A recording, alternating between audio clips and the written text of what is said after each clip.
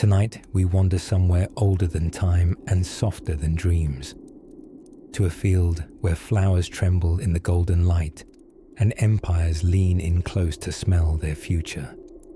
Before coins clinked or tea steeped or ships pulled mast to wind, there were poppies, tall, head-heavy stalks swaying gently in warm-breathed fields, like the world was dreaming through petals. This wasn't just beauty. This was a chemistry experiment from the gods. Now, it helps to imagine a quiet morning in ancient Sumer, about 5,000 years ago, when sandals were in, and writing was still figuring itself out. There, nestled in river-cradle Mesopotamia, ancient hands were coaxing the sleepy sap from poppy pods. The locals called it hulgil, which means joy plant, because why wouldn't it? These early chemists, who also happened to be priests, farmers, and people who took naps on clay pillows, discovered that with a careful slice and a touch of patience, you could draw from the poppy a sticky, milky resin, let it dry, and poof, sweet, dreamy hush in a pinch-sized lump. Pain, drowsiness, existential Sumerian angst, all soothed. It wasn't long before humanity fell heart first into the poppy's trance. Egyptians got wind of it, and suddenly pharaohs were packing opium for royal burials. The ancient Greek physician Hippocrates, yes, the one with the oath, prescribed poppy juice like a sleep-deprived barista hands out espresso. And in India and Persia, botanical experiments bloomed like wildflowers, only slightly more alarming. Opium was mysterious, powerful, and stunningly portable. The spice routes and silk roads became tiny highway systems for this drowsy miracle. Scraped and wrapped in leaves or clay jars, it meandered its way across deserts and seas, sharing its hush-hushed magic with new lands. Soon, it wasn't just medicine. It was trade, treasure, tradition. But just for now, don't worry about war, addiction, or international incidents with names like treaties and gunboats. We're still in the quiet years, the dreamier centuries, the time when opium was mostly a mystical sidekick to civilizations still answering questions like, how should we build roofs? And can goats climb stairs? It's worth remembering that opium, much like fire or philosophy, didn't start as sinister. It was, in its barest form, medicine. A friend to childbirth, toothaches, and middle-of-the-night poetry readings. A little sleep spell in a jar. In the Islamic Golden Age, roughly the 9th through 13th centuries, Arab scholars took interest in the plant's properties. They studied it, obsessed over it, wrote about it in elegant script with notes like, good for calming a restless soul, less good if you take too much and stop breathing. Balance, you see, was everything. Even in China, where medicine was as old as the mountains, opium crept in gracefully. Mixed into herbal tonics or smoked in tiny pinches, it took on a mild role as morally neutral, mildly helpful, and occasionally poetic. At first, but like a cat that starts with purring in your lap and ends up pushing everything off your table, opium would not stay quaint forever. Our little poppy friend had ambitions. Under all its sleepy stillness, it wanted more. Or rather, humans did. And well, let's be honest. The moment something touches money or empire, it stops being a helpful tonic and starts being complicated. Still, there's something dreamy about this early timeline. Imagine sitting beside the Nile, hieroglyphs fresh on the temple walls, and someone offers you a taste of sleep juice. No brands, no politics. Just a moment of human curiosity and botanical wonder. Even the name opium has a feel like a lullaby, born from the Greek word opos, meaning juice. It feels right, doesn't it? Not a scientific term crammed with Latin burden, but something soft, that drips from a pod and says, "Shh." So for just this chapter, let's rest here a while. In the quiet, ancient twilight, among priests and poets, traders and midwives, each cradling a little dried nod of joy juice, whispering prayers or lullabies while the sun melts into clay streets. Let your mind wander like smoke from a distant brazier. Let the fields sway. Let the stars blink, half-lidded and almost generous. Because soon, though not yet, the clouds will build, ships will sail, empires will sniff profit where once they only smelled flowers, and our poppy, delicate as it seems, will prove strong enough to tumble kingdoms. But for now, just breathe and drift towards a distant port where silver chests hold secrets and cargo smells faintly of dreams. Chapter 2: The Dreamy Poppies of Paradise Lost. Let's drift now down winding riverbanks of time and tea, into the lull of a land where petals whispered fortunes and empires unknowingly leaned over the edge of a teacup. Tonight, we sway into fields of colour, not wildflowers or wheat, but tiny poppies, glowing red beneath the eastern sun, like sleepy flames dotting the earth. Our chapter begins in the 15th century, in the gentle cradle of civilizations, China, a land where dragons once danced in embroidered robes, scholars floated calligraphy across rice paper, and emperors believed heaven itself had issued them a license to rule. The tea was hot, the silk was smooth, and the bureaucracy painstaking. China wasn't just any empire. It was, for a time, the center of the world, at least in its own elegantly inked books, with a language older than your favorite faded pajamas and inventions that would keep entire museum gift shops in business for centuries. It was a place of deep tradition and even deeper suspicion of outsiders. Which brings us to opium, a sticky sap cradled in bulging poppy pods, the kind of plant that shouldn't cause too much trouble. Shouldn't. But nestled in its dreamy nectar was a gentle fog that deadened pain, warmed cold medieval bones, and, unfortunately, quieted minds into soft compliance. You see, opium was a medicinal guest at first. Chinese healers had used it delicately, doctor-like, in small tinctures to smooth rough illnesses or lend peace to the dying. And then came the merchants, always with their ledgers and dreams of sailing home heavier than they left. You see, the Chinese had a charmingly inflexible economic habit.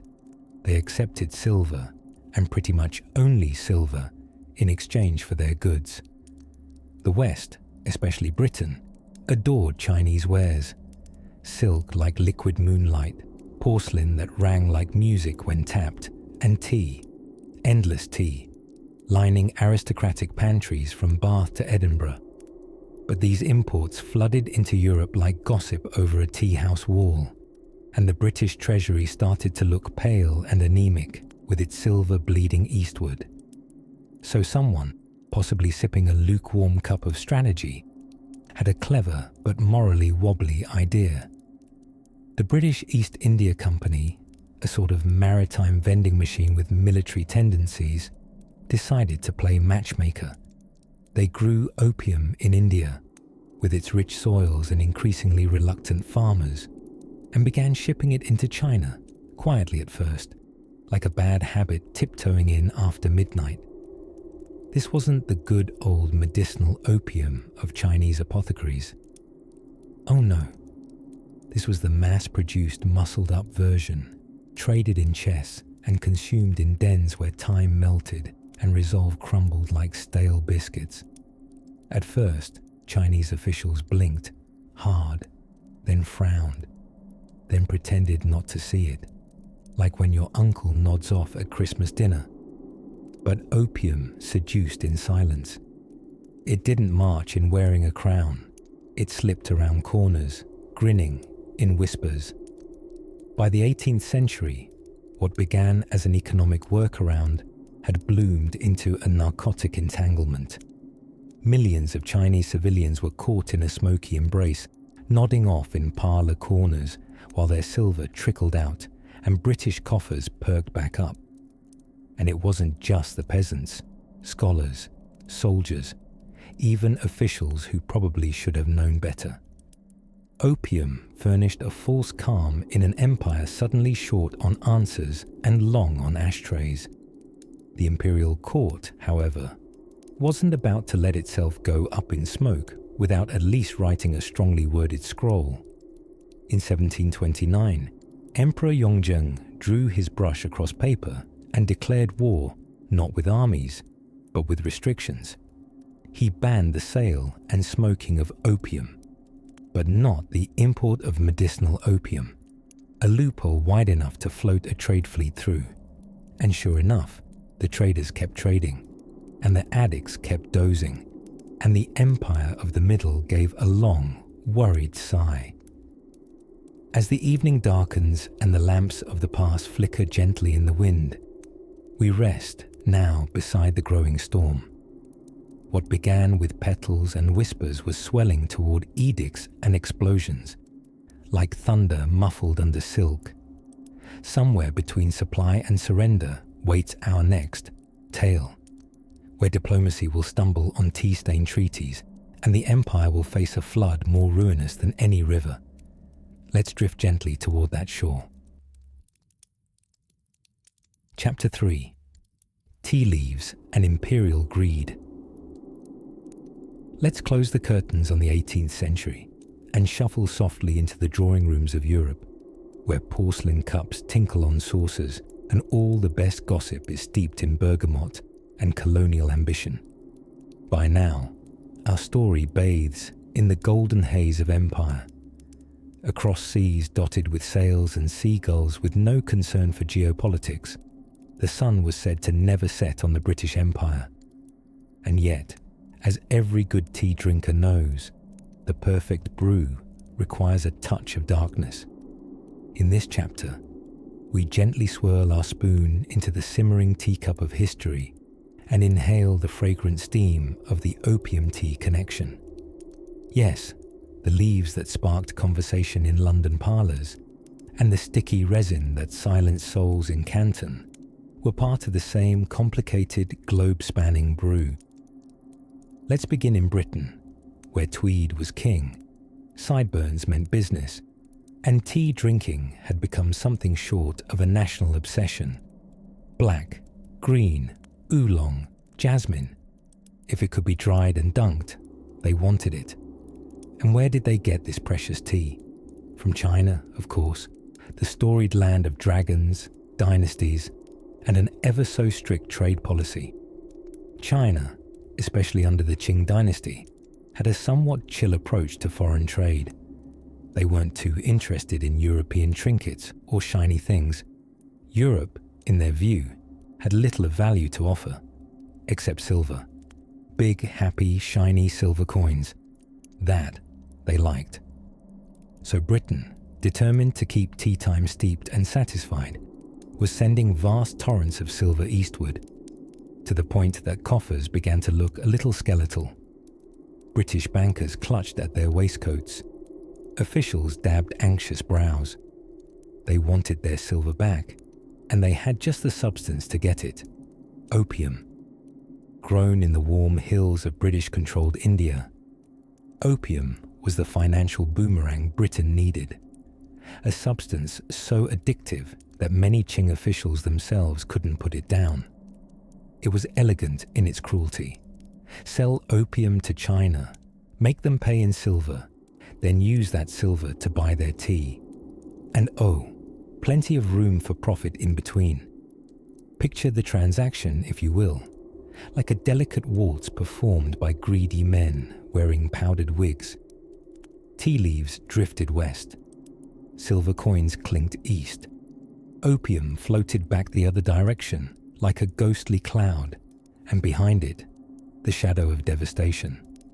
Some British officials liked to pretend this was nothing more than global capitalism's bedtime story. Just a little trade, they said, as entire regions of China began falling, not to sleep, but into helpless addiction. Whole towns withered away under the kiss of the poppy, their people numbed into silence under its dreamy spell. And still, the tea flowed. We often imagine empire building as the clanging of swords or the thunder of cannon fire. But just as often, the empires puffed themselves up with things far quieter. Cups of lapsang souchong, sips of Darjeeling, and the transactions that made those small luxuries possible were harder, more insidious, and vastly more profitable.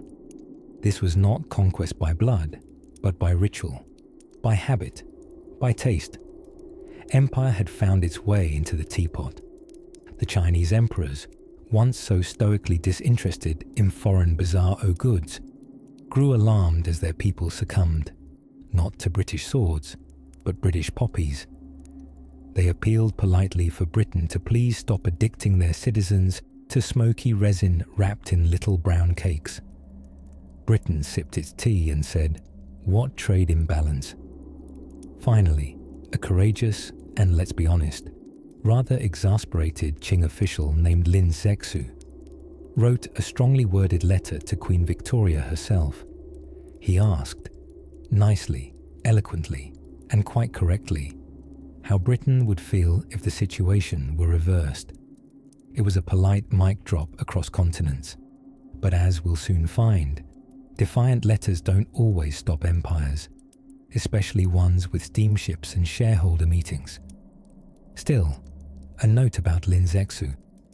If you ever feel the weight of the world on your shoulders, imagine writing to a foreign empress while your coastline is drowning in smoke. That's a man who needed a hug, or maybe just a very deep nap. And so, in the quiet morning glow of empire, tea and opium danced their wary steps.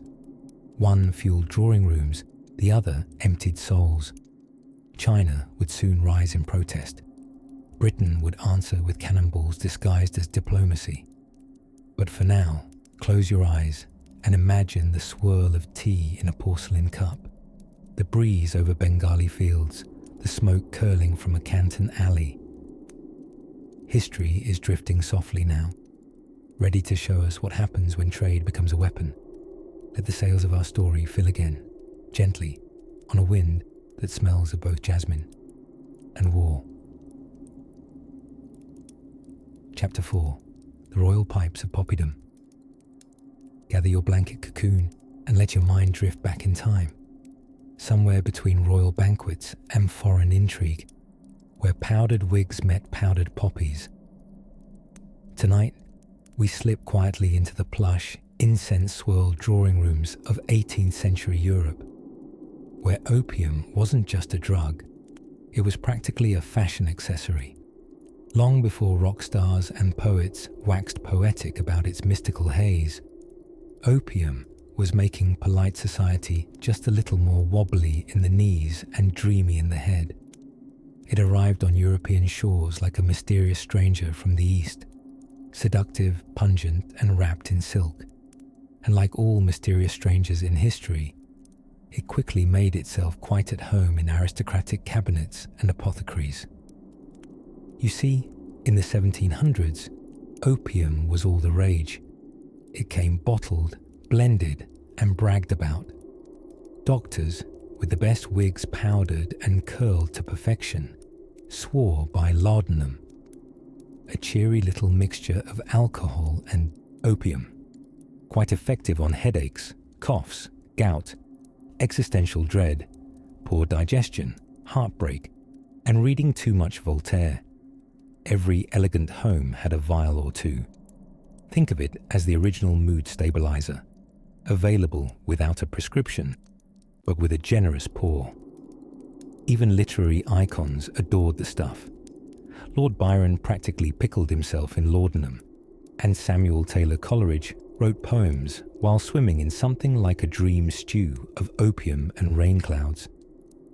His famous Kubla Khan begins famously, "In Xanadu, did Kublai Khan a stately pleasure dome decree, which may sound grand and visionary, until you recall, he claimed he wrote it in an opium blackout, until his neighbour knocked on the door and ruined the rest.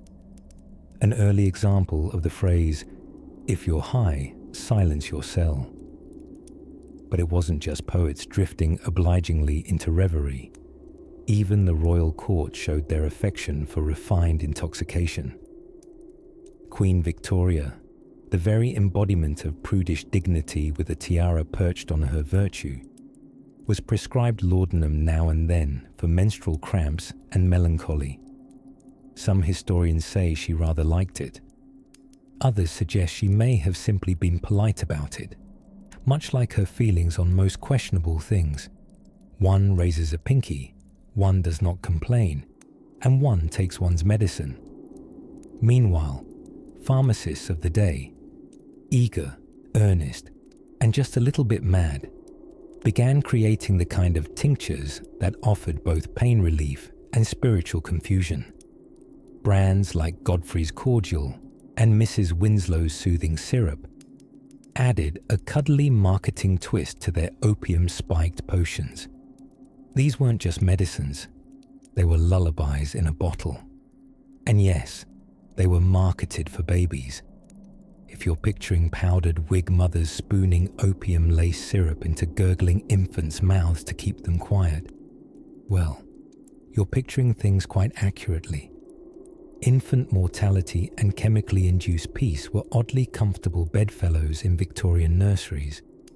And yet, even among all this cosy bedlam, many Europeans still thought of opium as a foreign wonder, a gift or a curse brought from the East, specifically from the Ottoman Empire, Persia, and more significantly, from India and China. This perception of the East as mysterious, sensuous, and pharmacologically generous played straight into the hands of roguish colonial traders who realized there was money to be made not just in sipping opium, but shipping it. Enter the traders with their fast ships and slow ethics. Making a buck became a bloody business. But for now, let's linger here, where perfumed drawing rooms were heavy with candle smoke and gentle denial, where the splendid elite of Europe whispered sweet nothings over brandy and bitters, twirled their mustaches, and debated philosophy, while gently nodding off mid-sonnet under the influence of what they called medicinal doses. History, as it turns out, has often been a bit sleepy. And so, with a silver spoon dipped in molasses and morphine, the Western world slipped merrily into a haze. It was legal, it was fashionable, and it was, unfortunately, just getting started. Now, drift gently past these velvet curtains of powdered euphemism and candlelit indulgence. For even as the drawing room doors close behind us, a new theatre is preparing its stage, where dreamy English gardens give way to troubled eastern harbours, where the ships that once carried poetry now carry something far more potent. Shh, the currents are changing, and so are the winds. Chapter 5, Perfumed Teacups and the Smell of Trouble. Let us slow our sail and drift down the misty trading waters of Canton, that bustling aromatic port where porridge steams and mischief simmers.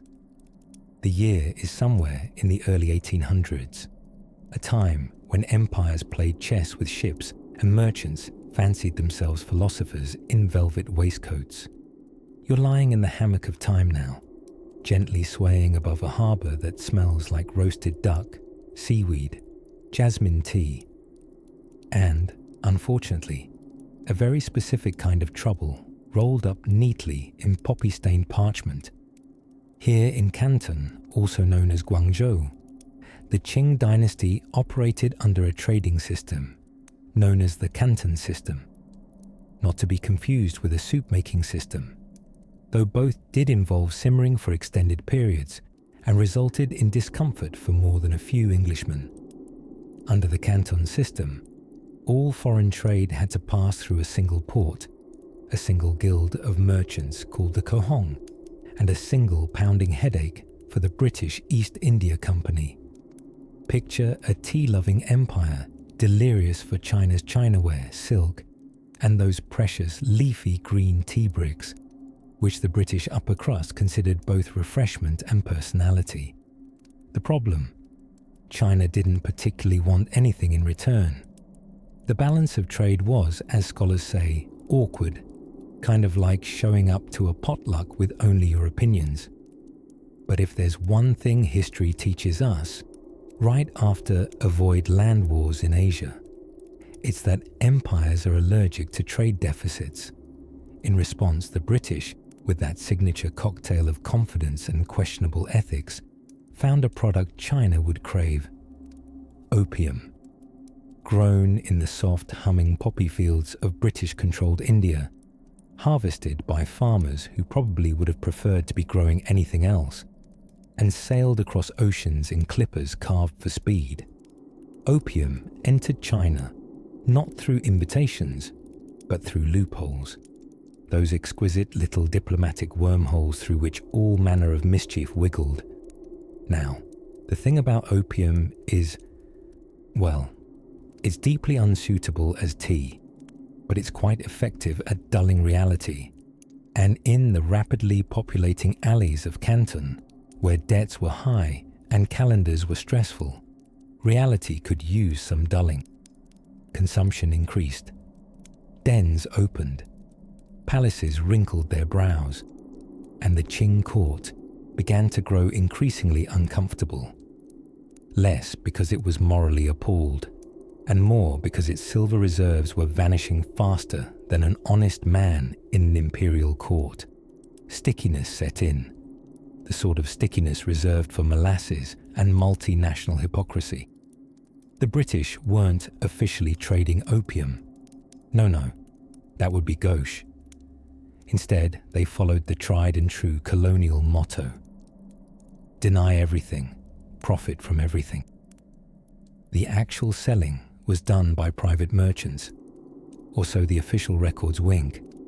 Meanwhile, cozy tea clippers continued bobbing past rain-marked customs houses with their bellies full of narcotics and their decks full of philosophical pirates wearing too much cologne.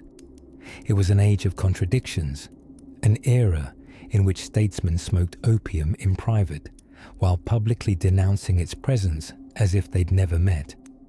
And what of the Chinese officials down at the docks, pressed into layers of silk, glaring at incoming cargo with a familiar blend of suspicion and resignation? They knew. Everyone knew. The opium problem was no longer a whisper. It was a smog, seeping into cities, minds, and marble halls. Even poets wrote fewer poems, which is historically how you know things are taking a downturn. And still, up the Pearl River came the clippers. HMS. Trade deficit was, metaphorically speaking, anchored in every basin. All this quiet tension simmering in that porcelain teacup would eventually boil over like yesterday's oolong.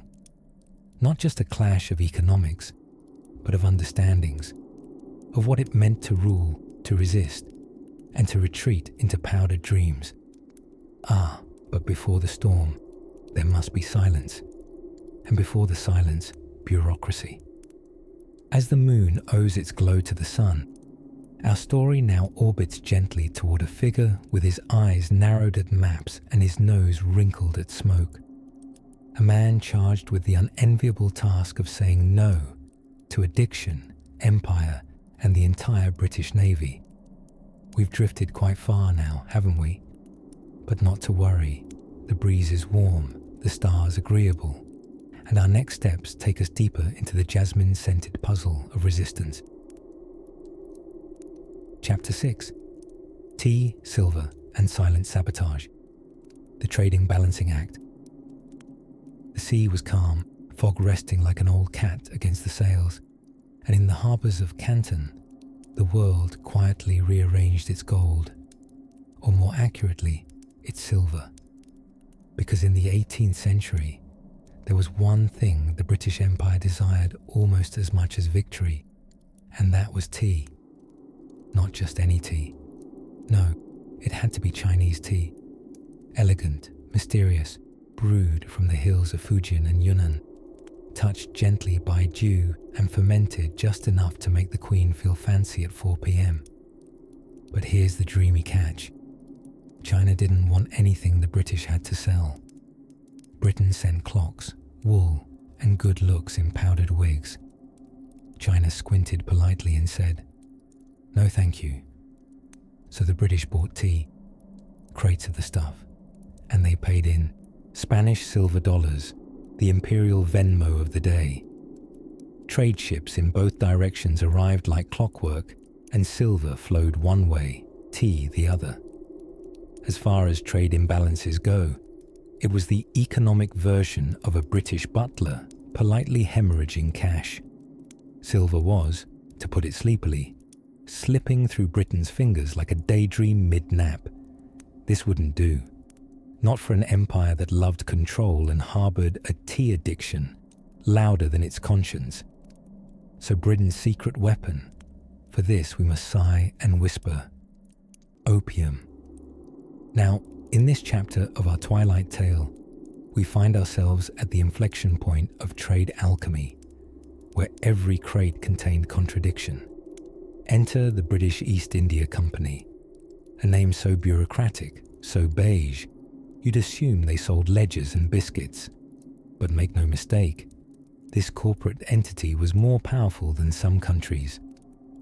Picture a corporation with its own army and an awkward sense of entitlement.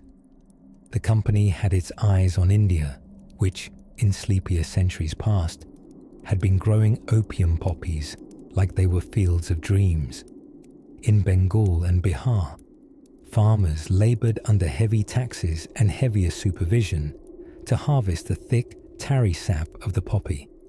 It was sticky, potent, and came with just enough moral ambiguity to wiggle through Victorian ethics. Officially, Britain declared that it did not condone recreational drug trade. Unofficially, it simply sold the opium to middlemen, mostly Indian and Chinese smugglers, with a wink soft enough to pass through customs unnoticed. And so, transaction by transaction, a solution emerged. Move British opium from India to China, swap it for silver from Chinese buyers, and then use that silver to buy back the tea. China didn't want to trade for anything else. Ingenious, disturbing, efficient, like a Rube Goldberg machine made of economic dependency and human suffering. Smugglers floated down the Chinese coast like sleepy ghosts in the early dawn, boats heavy with tightly packed chests of intoxicating resin. Meanwhile, Chinese officials pretended not to see, for seeing would have involved confronting something so widespread, it had embedded itself in the social fabric, like embroidery, only more opiate-laced. The result? China, which once hoarded the world's silver like a dragon hoards dreams, slowly leaked it back to the West. Once mighty treasuries thinned like aging whispers. A new culture of dependence unfurled across China's coastal cities. And all the while, British tea time continued uninterrupted. Lest we think this was an accident, remember, the men behind these foreign exchanges were not exactly sleepwalking. They knew. Letters between company officials bent under the weight of euphemism. Descriptions like medical product, accessible commodity, or my personal favourite, a matter of commercial interest, drift delicately over the truth, like lace over a loaded musket. And deeper inland, Chinese nobles watched the silver disappear, like mist at sunrise. Alarm bells rang slowly, politely, sipping their own tea while wondering if everything might casually implode at some point. Which brings us to a crossroads. The British had figured out an answer to their nettlesome trade imbalance, and it came with a lingering aftertaste. China, drenched in unintended consequence, would soon start pushing back. But for tonight, Let this chapter settle in your mind like the steam over a porcelain cup. Let the rhythms of ships, ledgers, and foreign fumblings lull you into the hush of impermanence. As the opium flowed silently beneath politics and protocol, a reckoning brewed where the smoke met the stars. In our next chapter, we'll drift into the forbidden interiors of the Qing dynasty, where a certain imperial commissioner sets down his teacup and asks a question that cannot be ignored. Chapter 7. The Gentlemen Addicts of Her Majesty's Empire. Let us drift now to the velvet-upholstered drawing rooms of Victorian Britain, where moustaches were waxed, teacups were dainty, and a quiet epidemic of epic imperial proportions was blooming underneath every monocle. Picture polished boots, gas lamps flickering softly, and somewhere beneath the rustle of silk skirts and the clink of port glasses, opium, ever so coyly, seeping into polite society like a whisper in a cathedral. Yes, dear dreamer, we've stepped into the curious world of the British elite, where addiction was elegantly brushed under Persian rugs and disguised in delicate tinctures with Latin names. It began, as most alarming habits do, with good intentions and terrible medical science. You see, during the 1800s, Britain was awash in a pharmacopoeia of mischief. Laudanum, opium dissolved in alcohol, was a standard in the Victorian medicine cabinet, as cough syrup is today. Soothing for babies, effective in silencing inconvenient wives, even recommended for digestive tremors or melancholy spleen. The most alarming part, it was available without a prescription, often served in ornate bottles that resembled perfume vials more than danger flasks. Middle-class mothers gave it to colicky infants. A small spoonful of laudanum and poof, off to sleep little Charles would go. No more crying, no more kicking, just sweet dreams, possibly featuring Queen Victoria doing the waltz with a walrus. It was the age of moral propriety, where public virtue was everything. Yet behind closed curtains, secret seductions were taking place with every capful of the miracle elixir. Even famous writers, those champions of wit and gloom, were partial to the poppy syrup. Take Thomas de Quincey, who wrote an entire book called Confessions of an English Opium Eater. In 1821, which sounded more like a buzzing bedtime story than a warning, he detailed, in flowery prose, the glamorous and terrifying dreams brought on by opium. Floating cities made of marble, orchestras played by angels, or perhaps drunken ducks. He wasn't, as they say, operating on decaffeinated tea. You might think that once it became clear opium was highly addictive, society would pump the brakes.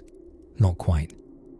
As long as one's addiction arrived in a monogram bottle and didn't interfere with dinner parties or afternoon cricket, Britain tended to nod politely and carry on.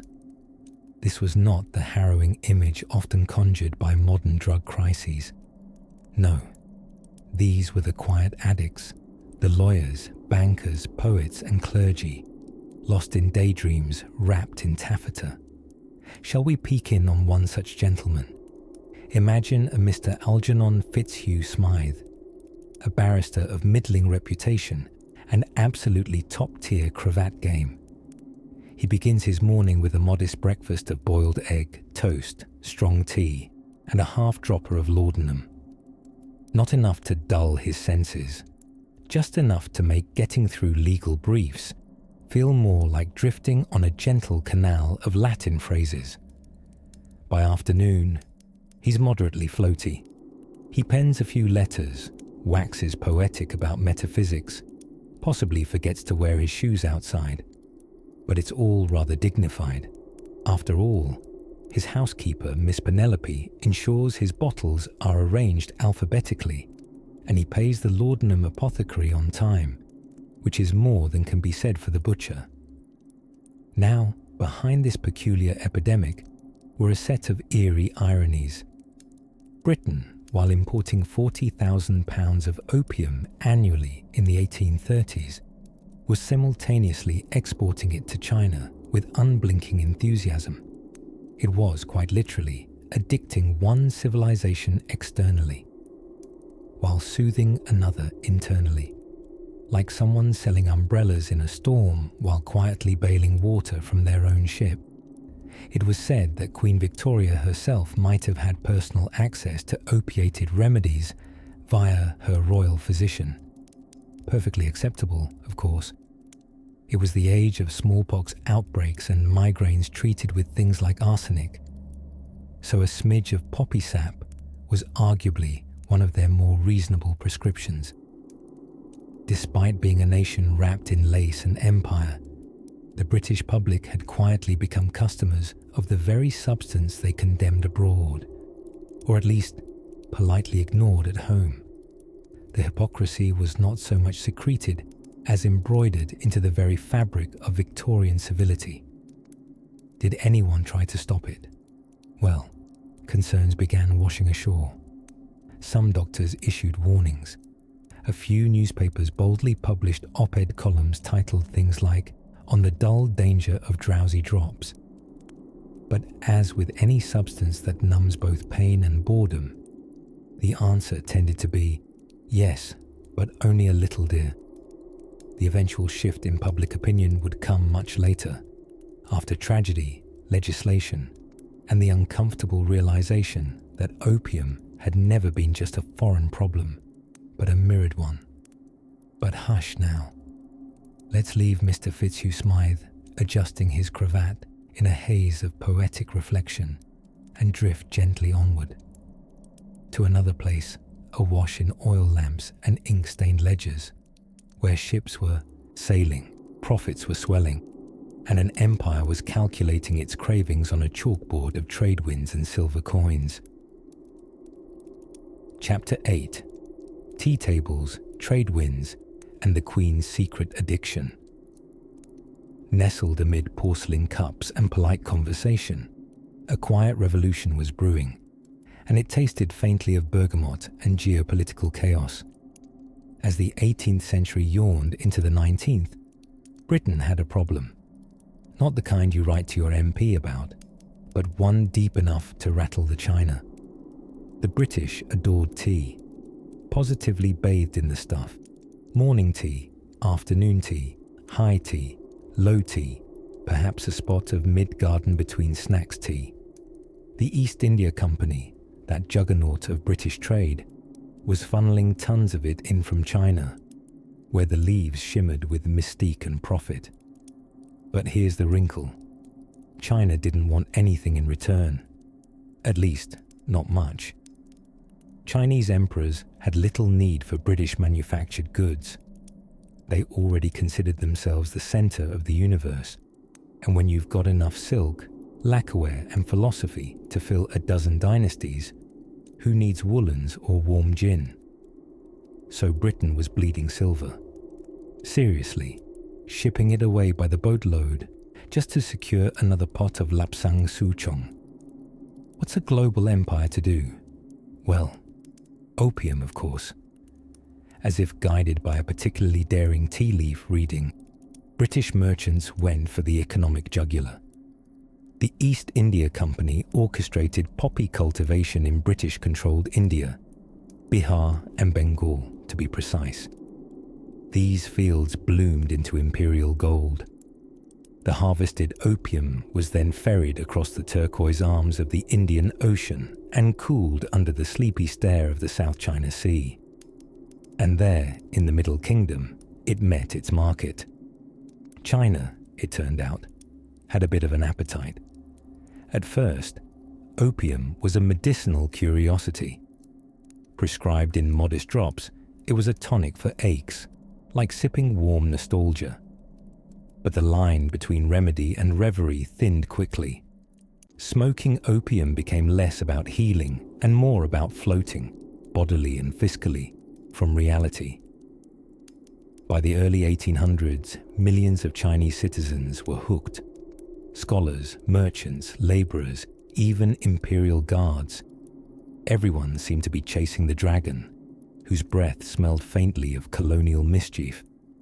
The British, meanwhile, could finally balance their trade. Out went opium, back came tea. The silver hemorrhage, cauterized. Profits, blooming. Morals, misplaced. But let's not forget the other guest at this tea party, Queen Victoria herself. A woman of remarkable posture, a museum of pearls, and possibly, just possibly, a bit of a tea fiend. The records don't confirm if Her Majesty knew the precise depths of Britain's opium dealings, but it's safe to say that her afternoon cup, laced with lemon and geopolitical complicity, was steeped in more than just Earl Grey. There's lovely irony in this swirling cup. To protect its national beverage, Britain flooded another nation with a narcotic. Every sip at Kensington Palace was mirrored by a puff in a Canton opium den. And all the while, Chinese officials were sounding the alarm, like stern librarians asking the British to please stop dropping heavy, flaming books onto their scroll collection. But Britain kept pouring, and the Qing dynasty, it began to fray. Court debates grew sleepier. Regional governors looked bleary-eyed with disinterest. Productivity dropped while addiction climbed. Smugglers flourished, weaving covert maritime networks like shadowy tea cozies. And let us not overlook the East India Company's role as the stately puppeteer. It operated with the bureaucratic charm of a tax office, but the ethics of a raccoon at a jewelry store. The opium trade was technically unofficial, yet vast enough to make anyone with a harbour and moral compass slightly uncomfortable. What's somehow even more astonishing is how elegantly the British reported on it at home. Newspapers wrote of trade expansion, colonial refinement, and botanical wonders. The opium fields were redacted into poppy-lace poetry. No mention of withering Chinese lungs or crumbling local economies. Just another entry in the ledger of empire. So, as you tuck yourself under tonight's tea-stained duvet, imagine the ripples that flowed from a simple London teacup, circling outward, filled with the scent of jasmine, addiction, and imperial aspiration, all to keep the scones civilized and the empire alert. Steam curls upward, history steeps, and as the sun dips over a shipment of poppies bound for Guangzhou, we begin to ask, what happens when an emperor finally says, enough? Let's drift toward that question. Softly, Chapter 9, The Tea Leaves Whispered Back, How England Brewed Trouble in a Teacup. There's something timeless about tea. The steam, the scent, the momentary pause. You might be holding a cup right now. But while you're drifting further into your blanket nest, warm and safe, England in the 1800s was steeping far more than leaves in hot water. They were steeping a global crisis. Let's dim the lanterns and lean into the foggy streets of Victorian London, where tweed-wrapped gentlemen clutch their teacups while quietly engineering a trade imbalance so wide it could have swallowed an empire, and in fact, it nearly did. Now, the British were mad about tea, positively obsessed. Assam, Darjeeling, black, green. It didn't matter what shade or region it came from. Afternoon tea wasn't just a social custom. It was a full-blown cultural embrace that stretched down through the class ranks. One cup at a time, an entire nation had become a bit, well, hooked. Only trouble was, all that beloved tea came from China. And China, wise and ancient as a sleeping dragon, wasn't particularly interested in anything the British had to offer in return. Sure, the Chinese found British wool as mildly amusing as soggy toast, and British machines about as useful as chopsticks made of jelly.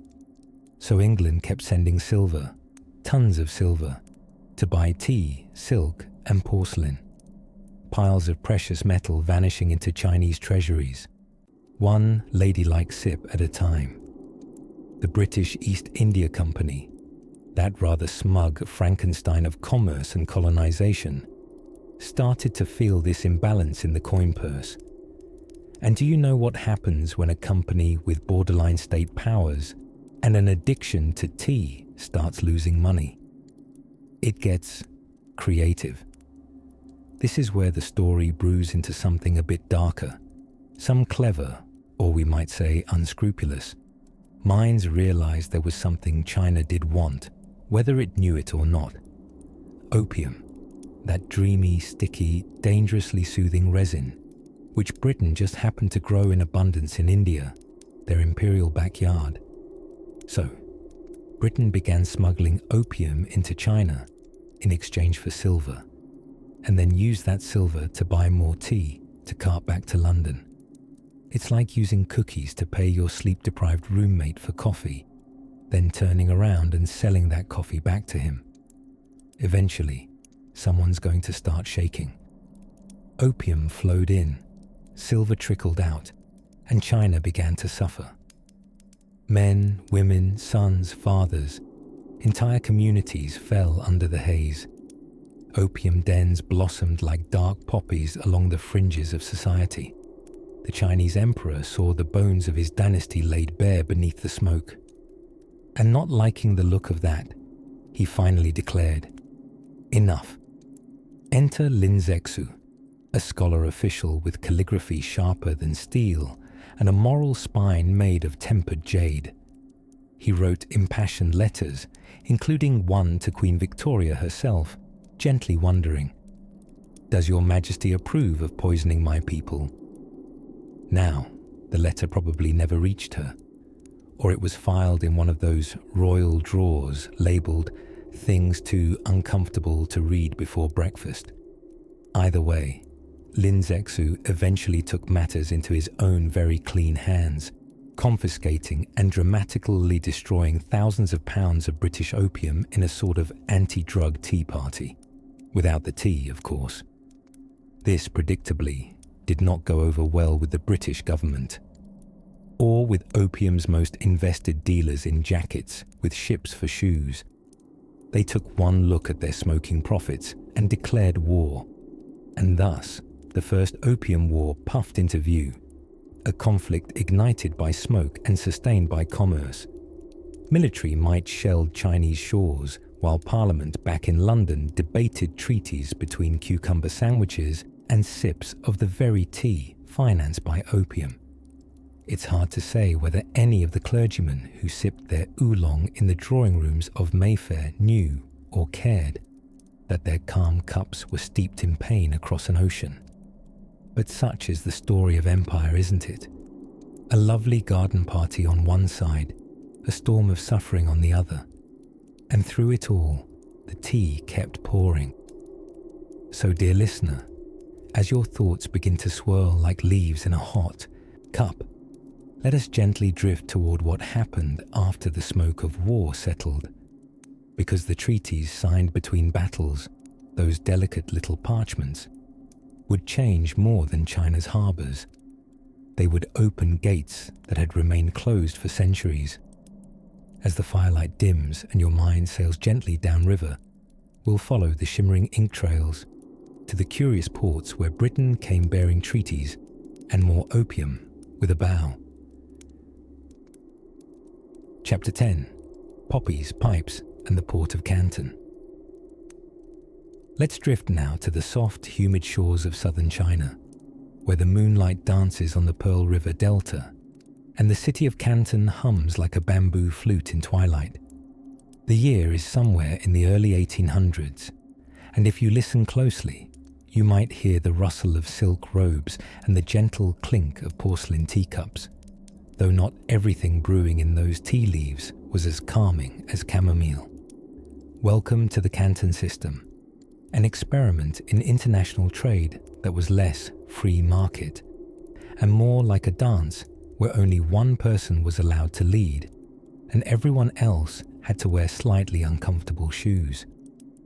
This sleepy port town, also known today as Guangzhou, was China's single open window to Western trade. That's right, one port, for all of China. Imagine owning a giant mansion and only allowing visitors through the back garden gate between 2 and 4 p.m. on Wednesdays. Still, that was enough to get Britain very interested. After all, this was the land of tea, silk, and porcelain. 3 things Victorian England wanted almost as much as they wanted to avoid bathing on a regular basis. But there was one hiccup in this East meets West marketplace. The Chinese wanted silver in exchange for their exports. Cold, hard, shiny silver.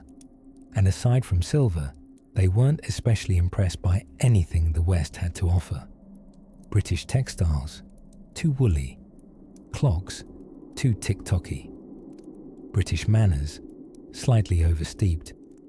So with silver flowing out of British pockets like water through a leaky petticoat, the East India Company, always on the lookout for profitable mischief, did what any morally flexible monopoly might do. They turned to narcotics. And not just any narcotic. We're talking about poppy-based paraphernalia. Opium. The British had been cultivating this dreamy pink flower in their Indian holdings for decades.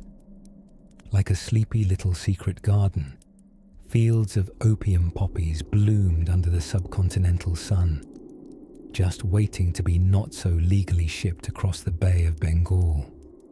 What better way to balance the trade scales than with a substance that, when smoked, sent people floating off into blissful distraction? At first, the trade was hush-hush, like trying to sneak cookies past your granny. Smugglers slipped their opium cargo past Chinese officials under the cover of misty river nights. But soon enough, it ballooned into a full-blown shadow economy, with corruption so thick, it practically wore a uniform and carried a clipboard. The Chinese emperors were not amused. You see, the Qing dynasty, still hanging on to that Confucian idea that society works better when people aren't draped across fainting couches in an opium haze, decided to crack down. Warnings were issued. Traders were arrested. Moral outrage brewed like, well, very strong tea. But Britain, still sipping its Darjeeling from gilded saucers, had a different stance. Say, we don't fancy this whole stop selling us silver business, nor your sudden concern for public health when there's profit to be had. The tension twitched like a cat's tail. In Canton, things came to a head, or a pipe, when Chinese authorities decided to get serious about enforcement. Enter Lin Zexu, the imperial commissioner with a spine as straight as a calligraphy brush and a dictionary's worth of righteous indignation. He marched right into Canton, seized tons, literal tons, of opium from British merchants and dumped it all ceremoniously into the harbour, as if baptizing the Pearl River in a bitter tide of detox. It didn't go over well. To the British, it felt rather like someone had taken their stock portfolio and made it into a bubble bath. And with that, tempers flared, sails unfurled, and gunboats loomed on the horizon like iron-plated punctuation marks at the end of a very poorly written diplomatic letter. But for now, float here with us in this moment, among lantern lights and river reeds, a city on the verge of war, a people caught between customs and commerce, and a world that had grown very small through a haze of dreams and smoke. Next, we'll drift toward the waters of conflict, where cannons speak louder than contracts and tea begins to taste faintly of empire. Chapter 11. Tea, silver, and the size of a trading empire. Picture this, a porcelain bowl, delicately painted in cobalt blue, filled not with soup, but with the leaves of a revolution, or at least the first hint of addiction by way of afternoon refreshment. As the moonlight spills across our global history, it dances tonight over the surface of tea, warm, leafy, and seemingly so innocent. But don't be fooled by the gentle steep. This is the moment where the slow brew of empire starts to swirl with the bittersweet aroma of commerce and calamity. Let your head rest here upon the silk cushions of the 18th century, where England is both very proud of its navy and very concerned about being quite low on silver. You see, Britain had a little habit, not smoking opium just yet, but sipping tea, gallons of it, lakes of it. So much tea that entire cities quietly buzzed with caffeine and politeness. By the 1700s, afternoon tea was less an event and more an unspoken oath, like having questionable weather. The only wrinkle in this soft, crumpet-wrapped reality was that all the good tea came from China, and China, in a very ancient and dignified fashion, didn't really want anything Britain had, except silver. Good old silver. Every precious coin packed up and shipped east. Like reverse loot in a game Britain thought it was winning. So British merchants, feeling like clever foxes in frock coats, started to ask an increasingly awkward question. What could we sell the Chinese that they'd actually want, besides their own porcelain? The answer flapped gently on the poppy fields of British-controlled India. Opium. It had been used in limited doses in China for centuries, often as a medicine, or for the occasional moment of floaty goodness after a long day. But this was different. This was refined, large-scale, and very, very addictive. British traders, mostly through the East India Company, which acted less like a company and more like a nation with paperwork, started sending opium to China in astonishing quantities. With opium now smuggled deftly into Chinese ports, suddenly there was an item the Chinese were indeed very interested in buying. They paid in silver. Britain got its coins back. And that silver? It turned around and dutifully went to pay for more tea. Yes. Opium funded a national tea habit. It was essentially the world's first drug-fueled caffeine cycle. But in the hushed corridors of the Forbidden City, the emperor, the actual emperor of China, not a metaphorical one or a wizard in disguise, was not sipping his tea as cheerfully. The drug was seeping through his empire like ink through rice paper. Once proud warriors and scholars were nodding off in opium dens, and silver, the lifeblood of the Chinese economy, was reversing its direction, flowing like a tired river back to British banks. Imagine a man watching his kingdom dissolve into smoke with every passing pipe. The Dogwang Emperor began to suspect that tea and opium were entwined in a very dangerous waltz, one performed upon the cracked tiles of sovereignty. Soft footfalls of diplomacy turned toward harsher boots, edicts banning opium, sudden confiscations, the occasional outrageously dramatic burning of entire stashes by government officials who wanted to halt the flow. Still, smugglers smuggled, merchants shrugged, and the bite of profit overrode the worry lines of conscience. Meanwhile, back in London, this was seen less as a pressing moral issue and more as a logistics problem.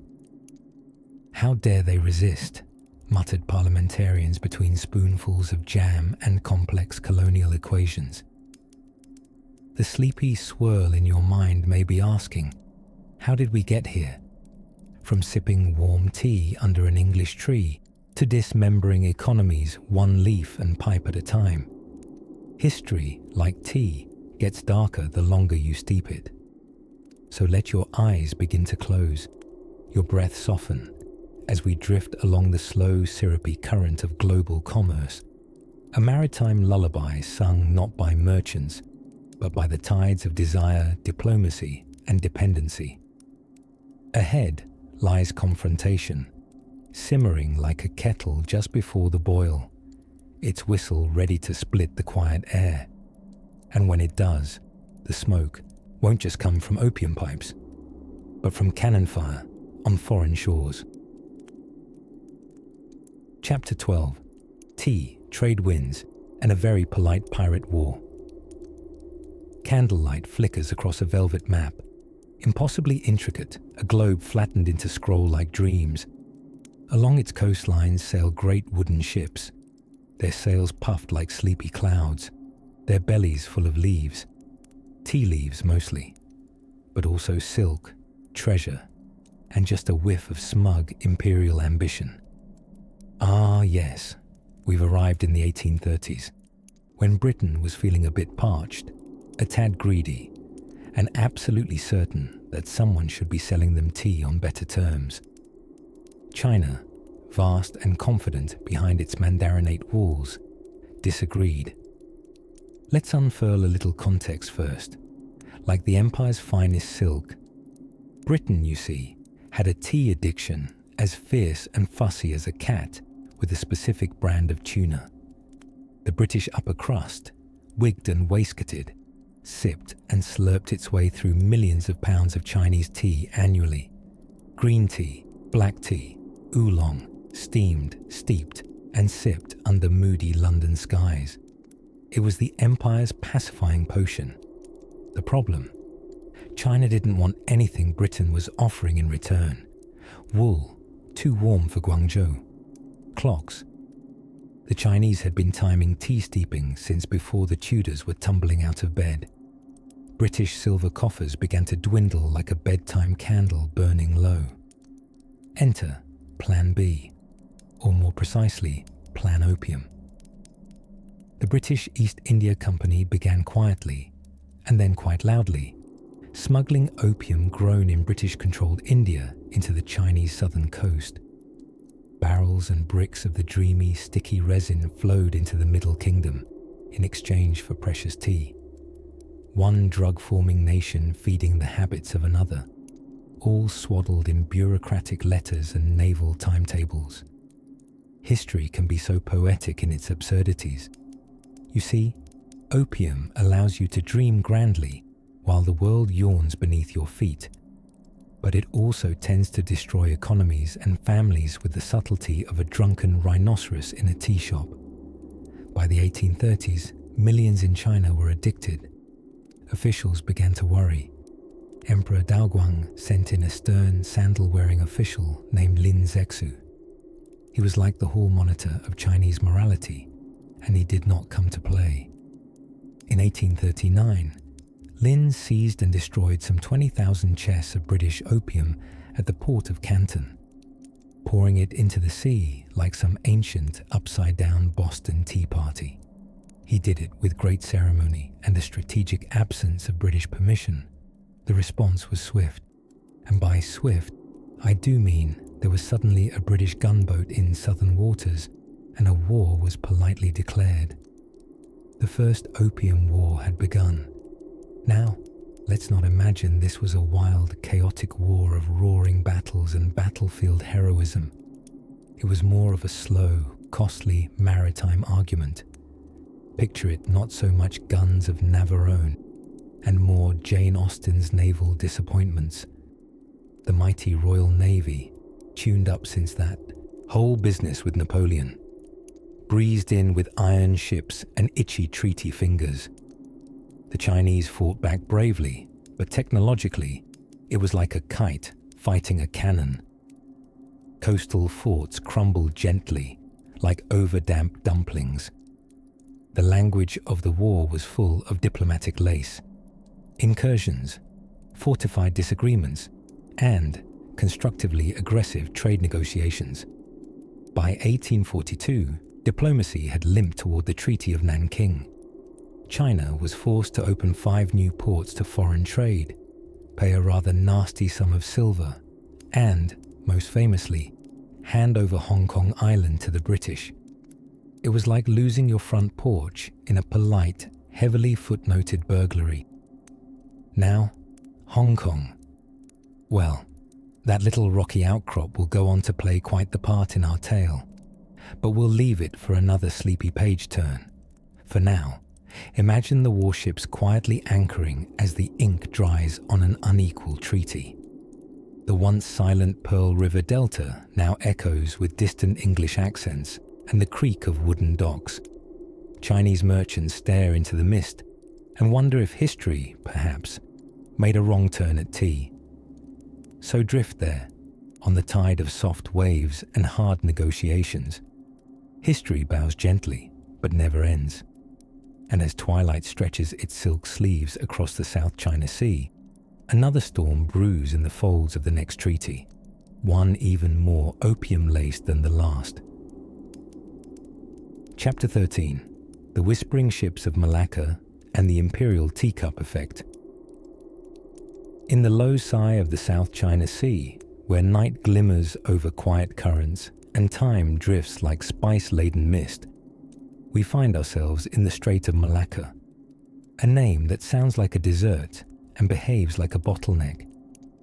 This narrow slip of water, barely 300 kilometers of maritime mischief, held the power to shape dreams and empires. And, as with many of our historical bedtime wanderings, opium was somewhere in the hull.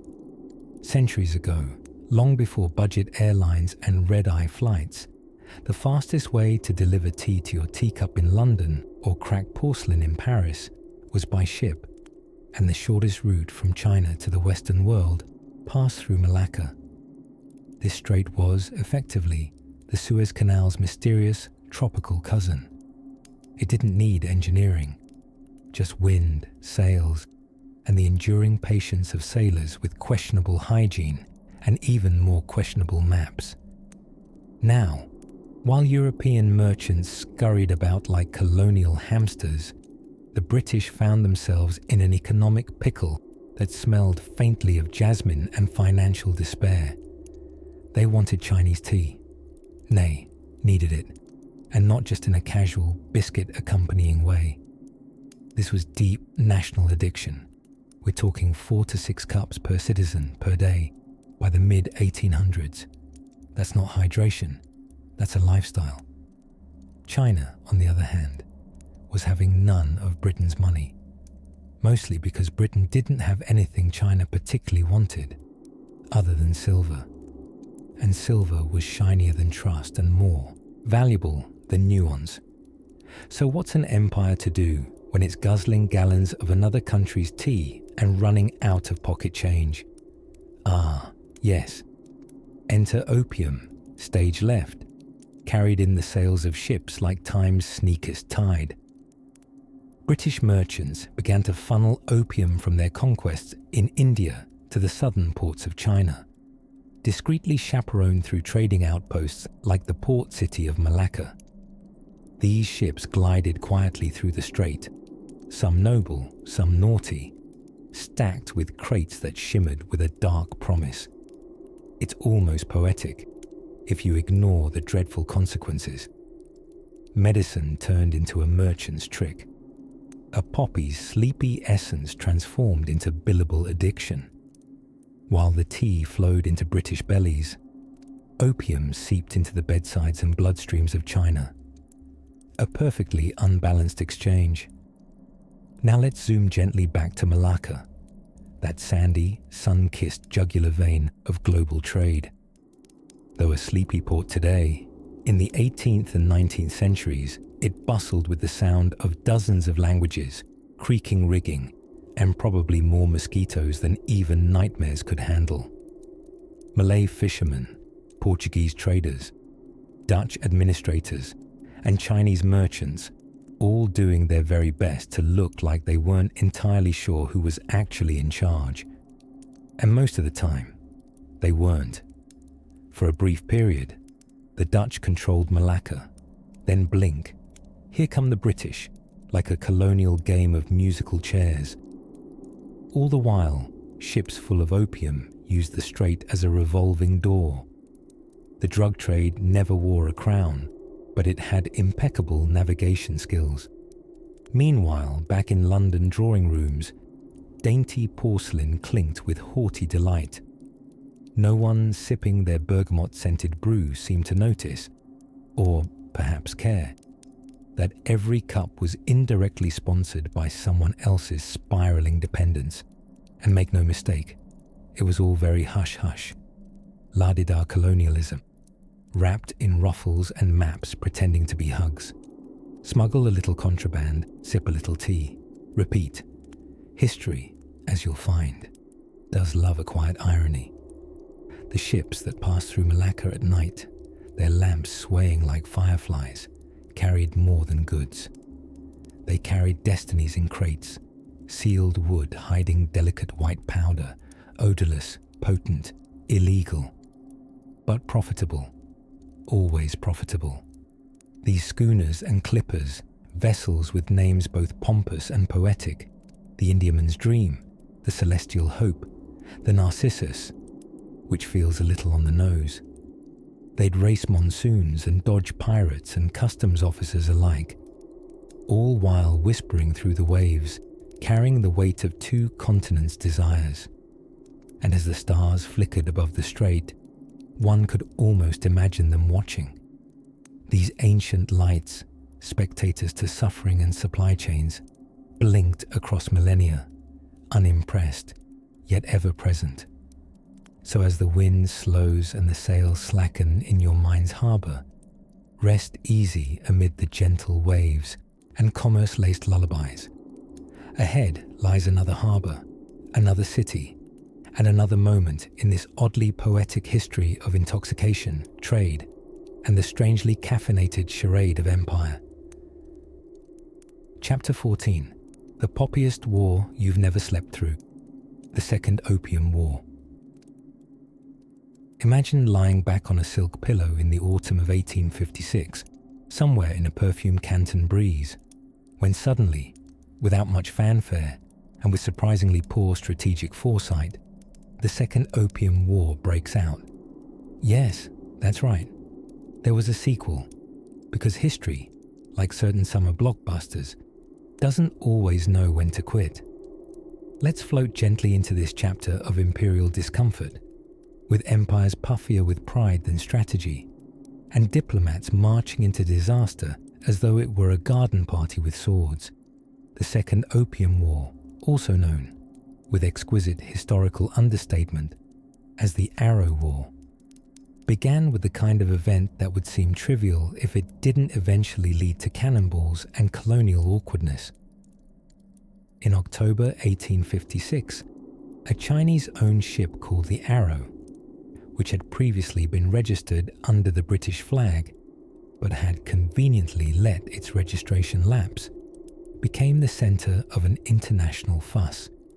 Chinese officials boarded it in Canton and arrested the crew, suspecting them of piracy or something equally unsubtle.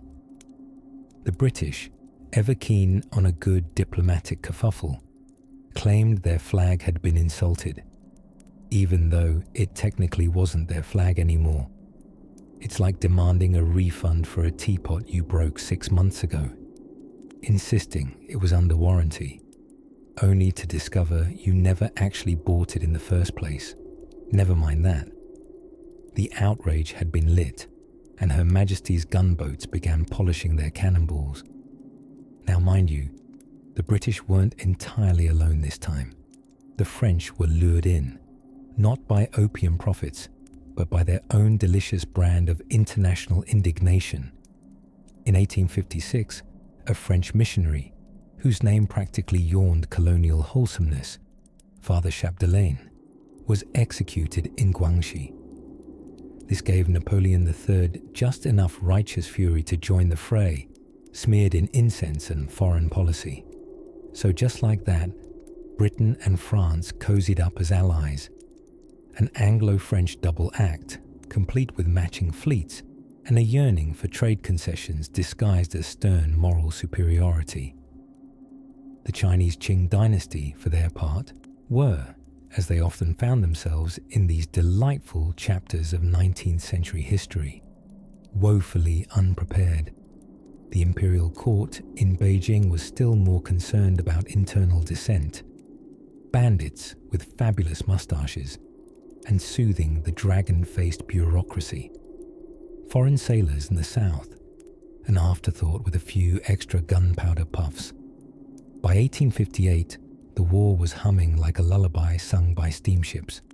The British and French forces pushed ashore, capturing Tientsin, which you might know as Tianjin, now a bustling city with perhaps fewer bayonets.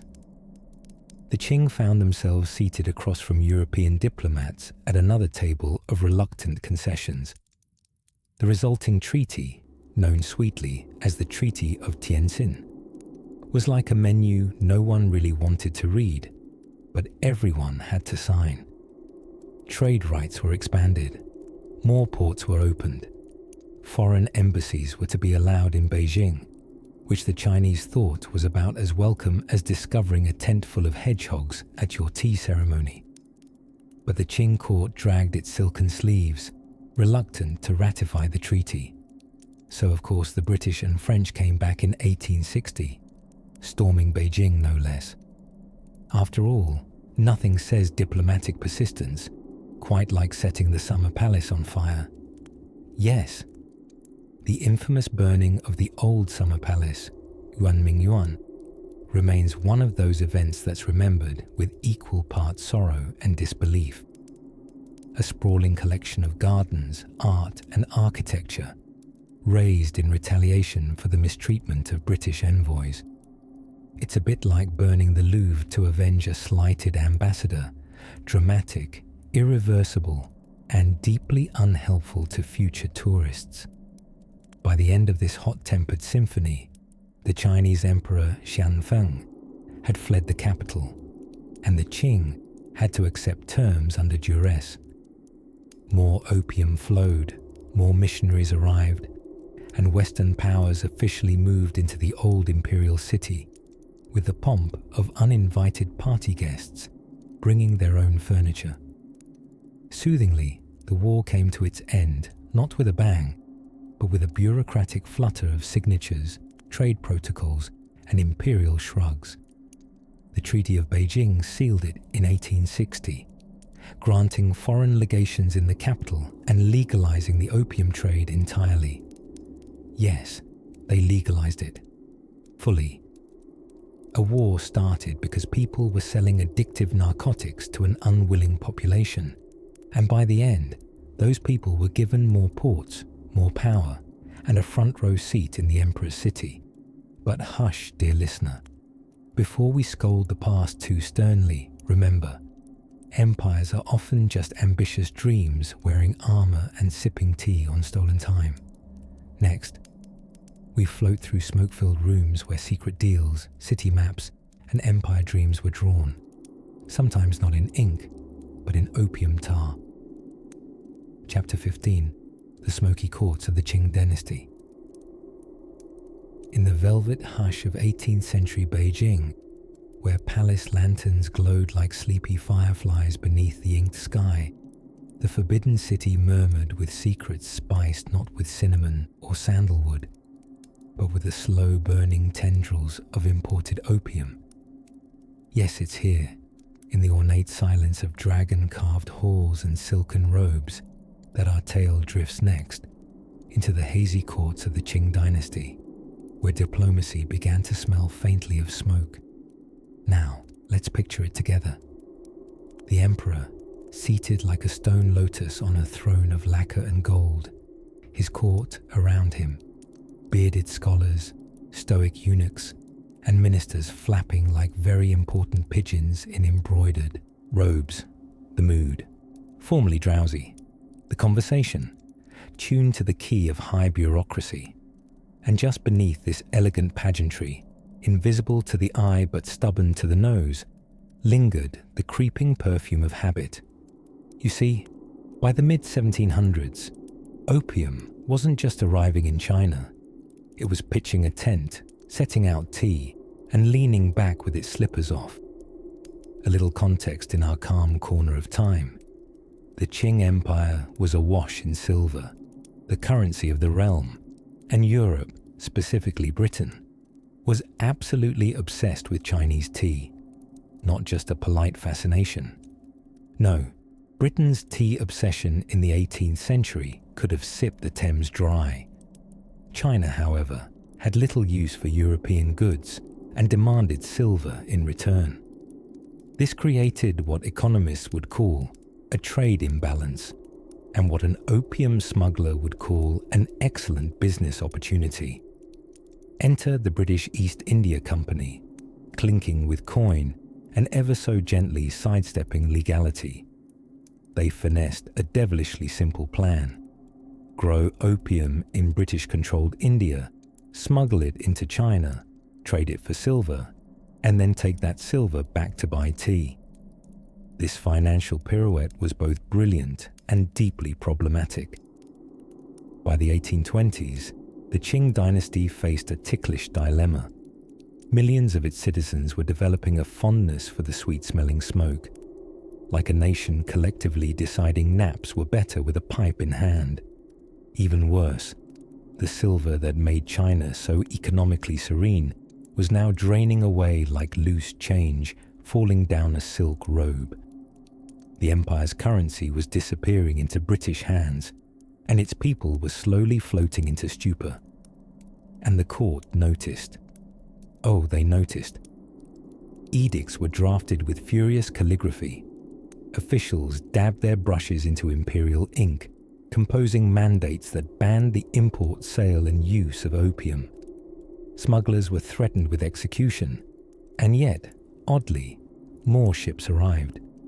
British opium traders simply dodged the law like a cat with diplomatic immunity, anchoring just outside Chinese territorial waters, unloading their dreamy cargo to eager Chinese merchants with very interpretive understandings of the word illegal.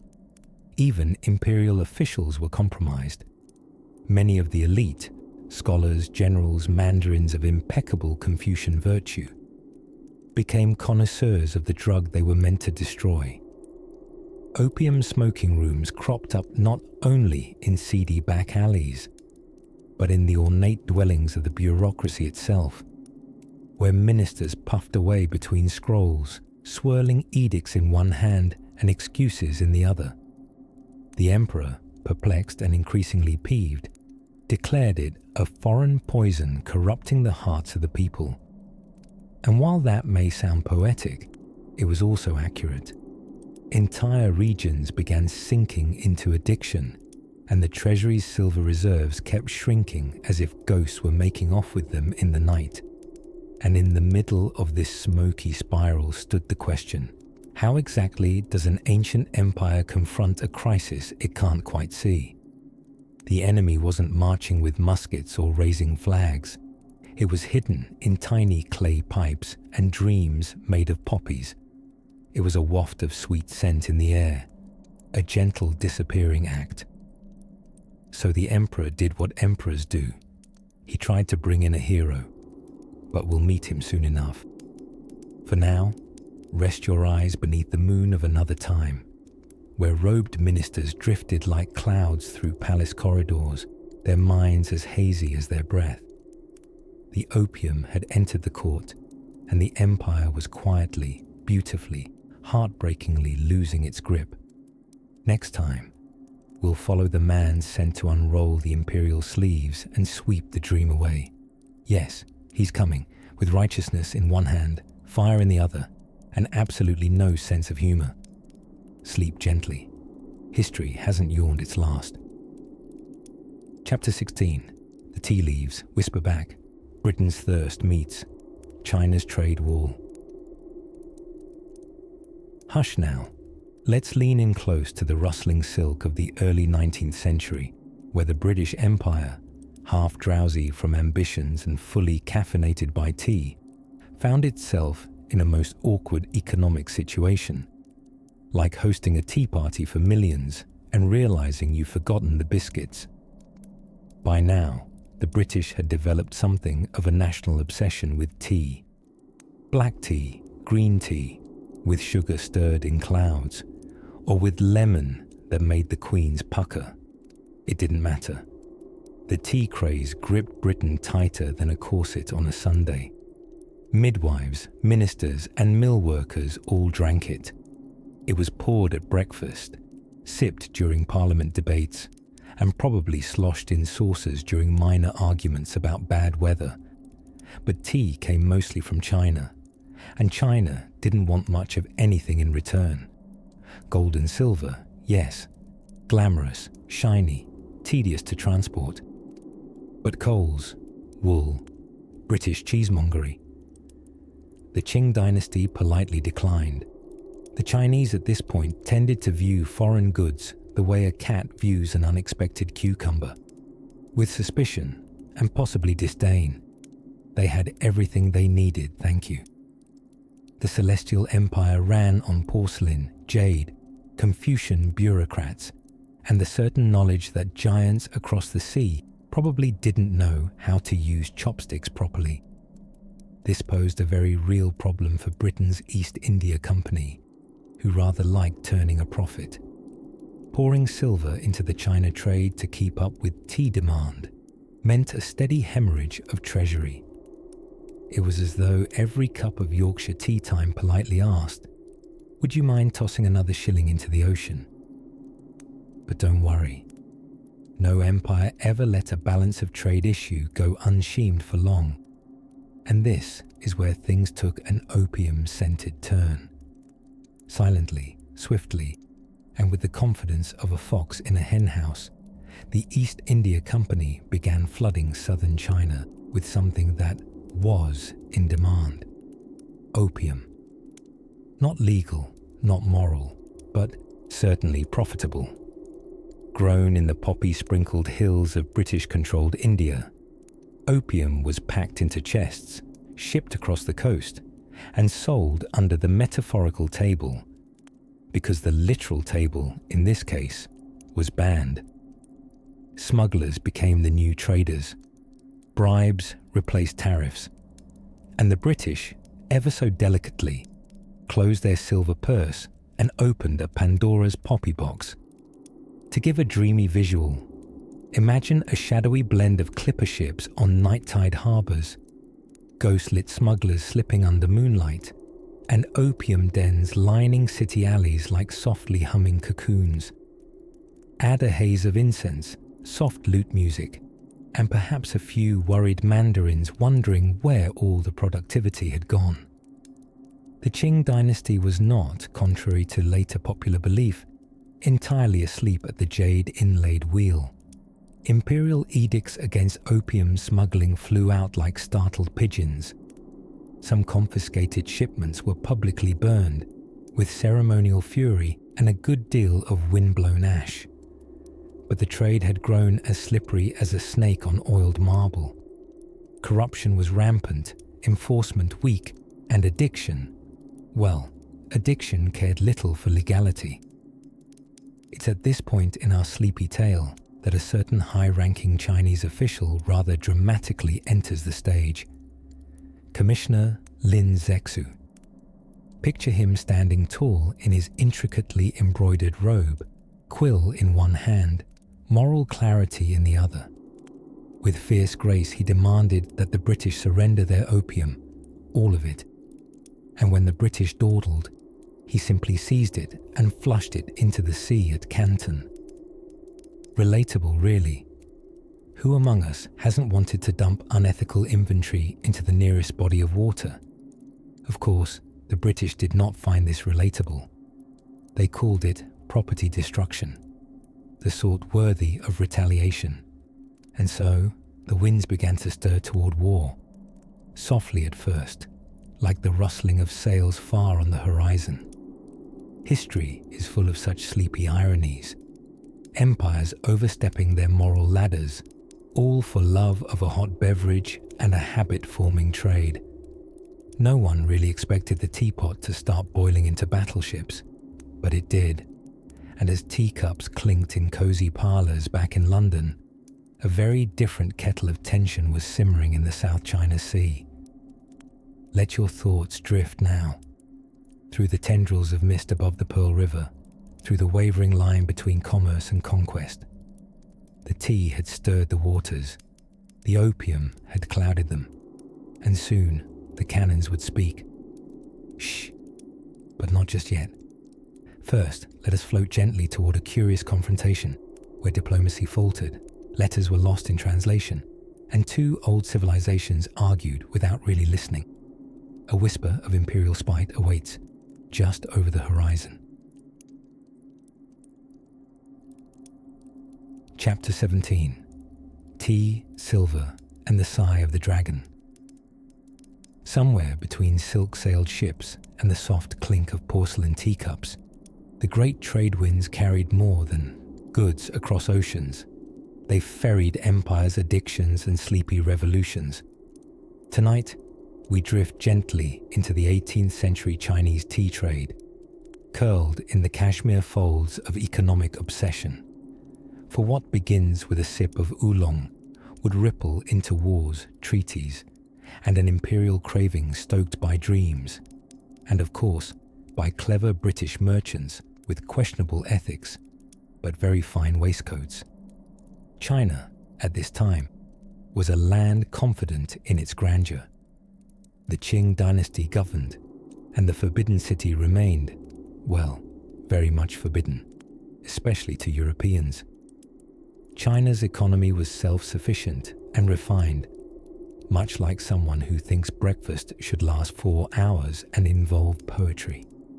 They had no burning need for Western baubles. Porcelain, silk, precious jade, yes. But pork pies, woolen socks, gingham? Not exactly. However, there was one thing the West, particularly Britain, simply could not get enough of. Tea.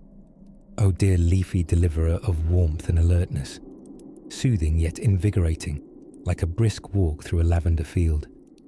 Black, green, white or smoky, like a hearth fire on a rainy day. Tea was the comforting clockwork of Britain's cultural soul. By the late 1700s, the Brits weren't just fond of tea, they were intravenously British about it. But there was a problem. China accepted silver in exchange for their goods, especially their tea, but showed little interest in British exports in return.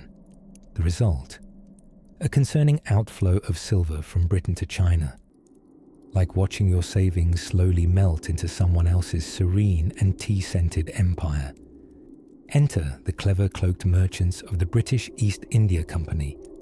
They had an idea, a problematic, genius, naughty idea. What if, instead of paying China in silver for tea, they gave China something addictive instead? Thus, the opium strategy began to blossom, like a dark poppy in a sunny garden no one asked for. The East India Company began cultivating opium in British-occupied India and smuggling it into China under the table. Well, more under the boat, really, because China had laws against opium. But laws, as it turns out, are no match for profit margins. Remember, this wasn't simply petty smuggling between coast-loving rogues. This was organized industrial-level trafficking, with paperwork crisp enough to make your eyelids flutter. The narcotic inflow quieted silver outflow. British tea imports remained robust. And somewhere, someone was probably sipping a fresh brew, while a nation's health slowly unraveled beneath them. Now, one might ask, if you were the imperial court of the Qing dynasty, wouldn't you? Notice? Oh, they did. Quite dramatically. Officials railed against this hazy sabotage. Emperor Daoguang, like an exhausted parent trying to childproof an open fireplace, issued edicts, banned opium, punished smugglers. But corruption, bribery, and the sheer addictiveness of the cargo made enforcement feel rather like chasing smoke. With a comb, enter Lin Zexu, a nobleman of unfurled eyebrows and firm ideals, appointed by the emperor in a last-ditch, let's actually do something attempt. Lin was determined to stamp out opium for good. He confiscated tons upon tons of the stuff in Canton and destroyed it publicly in 1839, in perhaps history's most sobering beach party. British merchants, collectively clutching their pearls and profits, cried foul. Their property, they insisted, had been burned, an insult to free trade. a dishonor to global capitalism lovingly wrapped in the Union Jack. Lin Zexu might have thought he was saving lives. The British, meanwhile, began preparing gunboats, and thus the stage was set, and scented faintly of burned opium and Earl Grey, for something no one could have brewed up better than fate herself, the First Opium War. But before conflict storms, the harbours and cannons echo across the Pearl River Delta. Let's first pause here, among the amber-tinted mist of late Qing trade tensions, where tea warmed the hands, opium clouded the minds, and silver slipped silently between the pages of ledgers and the fingers of dynasties. Next, we follow those early ripples as they expand outward, reaching London parlours and Cantonese dockyards alike, each with its own stake in an increasingly dreamy, dangerous cup. Chapter 18. The tea-soaked tug-of-war, when Britain got thirsty enough to change the world. Let's imagine, for tonight's little meander through history, that you are a very British person in the late 18th century. You have awoken, as expected, in a foggy and slightly damp manor house. Your wig is properly powdered, your trousers are quite tight, and most importantly, your craving for tea, oh dear, yes, that imperial instinct drawing you toward a steaming cup of smoky black brew, is now overwhelming. Back then, the British Empire's thirst for tea was not a mild preference. It was an addiction powerful enough to move navies, fund wars, and, possibly, cause more paperwork than all the Whigs in Parliament combined could handle. But, alas, the tea that Britain adored with a borderline romantic intensity came overwhelmingly from one place, China, a mystical land that had existed long before Britain learned to pronounce commerce with a capital C. China, with its exquisite porcelain silks and priceless poor, was not one bit interested in Britain's wool, tin or swagger. It found British exports about as appealing as soggy toast. And so, imagine a finely gloved British accountant getting increasingly frazzled. A dreadful problem emerged. Britain was hemorrhaging silver. Ship after ship left London filled with precious coin and came back with crates of tea that would later be poured with dramatic pinkies in drawing rooms all across the empire. A nation addicted and broke. Thus began a slow and rather cranky brainstorming session in the oily offices of the East India Company. What, mused teacup-holding bureaucrats, can we sell to China that they will actually want? And someone, we'll never know his name, but let's assume he had an unfortunate moustache and a very enthusiastic handshake, whispered, "What about opium?" Now, gentle dreamer, we must tread softly here. What followed was one of the most cunning, devastating maneuvers in commercial history. The British didn't just sell the opium they had. They expanded its cultivation in India under British control, ensuring waves and waves of poppies would be harvested, processed, and turned into tiny packages of potent profit. Legally, China had banned opium in 1729, recognizing fairly early that it wasn't exactly a recipe for social harmony. The Chinese emperor had received rather unfestive reports. Workers unable to work, sons forgetting how to sun, and nobles drooling slightly into their calligraphy. Still, the trade ballooned, illegally, spectacularly. British merchants shifted wholesale into being drug traffickers, cloaked in the ritual of commerce and the scent of gunpowder. Along rivers and coastlines flanked by sleepy pagodas, opium flowed like a dark tide into Chinese markets. Chinese officials, watching their society unravel by pipe and powder, became increasingly distressed. In 1839, Emperor Daoguang appointed the deeply respectable and impressively mustached Lin Zexu to put an end to it. Lin did so with flair. He confiscated over 20,000 chests of British opium in Canton and had it publicly destroyed. And not just destroyed, dissolved in giant pits with lime and salt water in what amounts to the most expensive flush in world history. Britain's response was, in short, "How dare you? Our addiction is not a crime. It is trade." Thus, the First Opium War began, a conflict framed as commerce versus sovereignty, empire against empire cloaked in smoke and sea spray. But as you lie here in peace, imagine the absurdity of it all.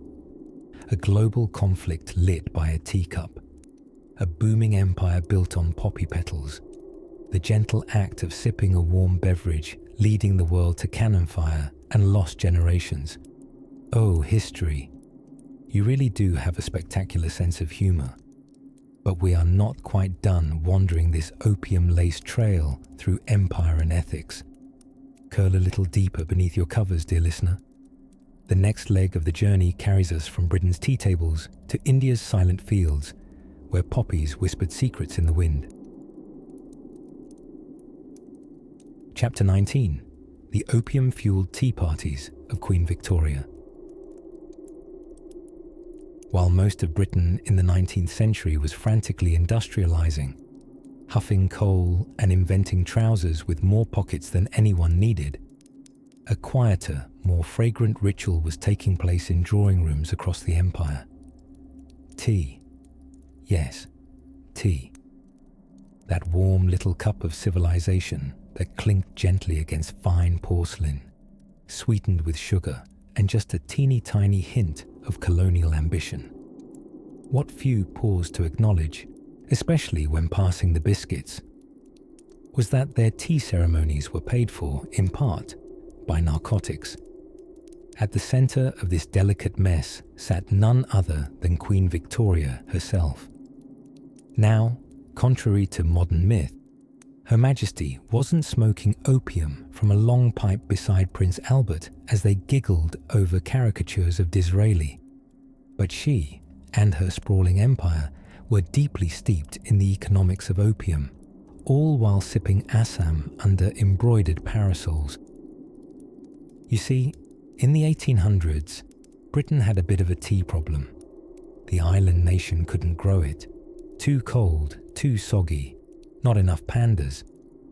But they loved drinking it, relentlessly, religiously. The British East India Company, being the intrepid and moderately unethical corporate monolith that it was, needed a way to buy more tea from China without actually hemorrhaging silver. Because silver, you may recall, is heavy, shiny, and finite, rather like an angry corgi. Enter opium, stage left, in slow motion and smelling faintly of poppies. Britain began growing vast quantities of the narcotic in India, chiefly Bengal and Malwa, and selling it illegally in China. In return, they got tea, which they then brought home by the shipload, where Queen Victoria's courtiers poured it into dainty cups and called it a job well done. Picture it, drawers opening to reveal silk-wrapped tea leaves, each tiny packet bought on the broken balance sheets of a civilization. Courtiers raising cups to their lips, unaware, or politely ignoring, the fact that every sip was brewed, quite literally, on a drug deal with royal paperwork. It wasn't just Victoria's teacups reaping the profits either. The British Treasury began to rely enormously on the proceeds of Indian opium sales. Some numbers for your sleepy mind to tumble through. By the 1850s, opium revenue made up a whopping 40% of colonial India's budget. That's not a typo. Nearly half the funds used to govern a subcontinent came from selling highly addictive substances to another ancient civilization across the sea. And while Queen Victoria wasn't directly orchestrating the daily opium trade herself, she was rather busy being an immortal portrait, giving birth to many royals, and introducing the world to the idea of mourning as a lifestyle. She certainly benefited from it. India provided the backbone of the empire's financial portfolio, and opium provided India's most tragic financing. As for public knowledge, it depended enormously on how much people wanted to know. The upper classes, educated with Latin and biscuits, often turned a blind eye. The working classes were busier trying not to die from soot inhalation, and frankly might have welcomed the odd whiff of opium just to dull the ache. And in China, we'll get there. Things were unraveling like a silk robe at a wind tunnel. One curious footnote that often gets overlooked is Victoria's own consumption of opiates, especially in the form of laudanum, a tincture of opium mixed in alcohol. Laudanum was dished out in Victorian Britain like cough syrup at grandma's house. Liberally and with unearned confidence. Everyone from doctors to poets to stiff-backed monarchs used it. So yes, it's entirely possible Queen Victoria herself, though high society and high morals incarnate, may have relaxed at twilight with a wee spoonful of liquid poppy. For her nerves, of course. And in some delightful twist of historical irony, the very empire that sold opium to fund tea bought back opiate-laced tonics to help deal with the headaches caused by empire building. So closes the circle, doesn't it?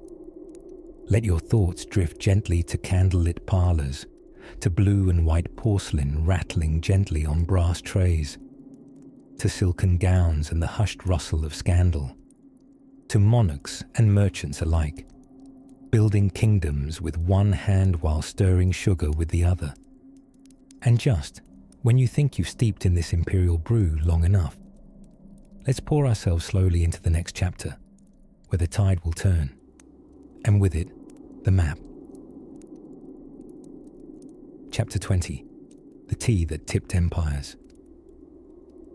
Let's gently wander tonight into tea-scented winds and silk-swirled harbours, to a time when the British Empire, in all its buttoned-up splendour, went to bed each night dreaming not of gold or God, but something rather more soothing.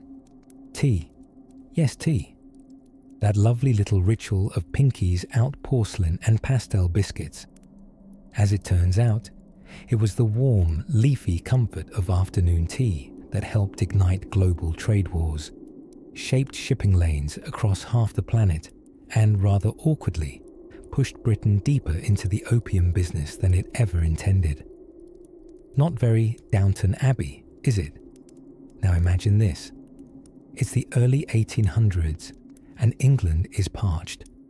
Not from drought, heavens no, but from an unquenchable thirst for Chinese tea. Oolong for the aristocrats, green tea for the health-conscious, and good old black tea for the breakfast table. By now, the British were importing millions of pounds of tea every year from China, and the British East India Company had a bit of a wallet problem. You see, China didn't care much for wool, tweed, or gentlemen's waistcoats.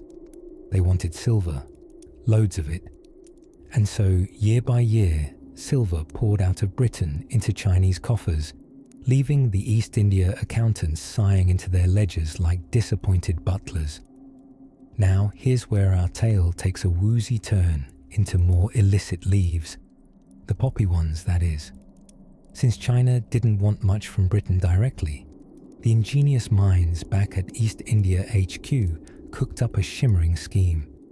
Why not smuggle Indian-grown opium into China, create a widespread addiction, and reverse the flow of silver?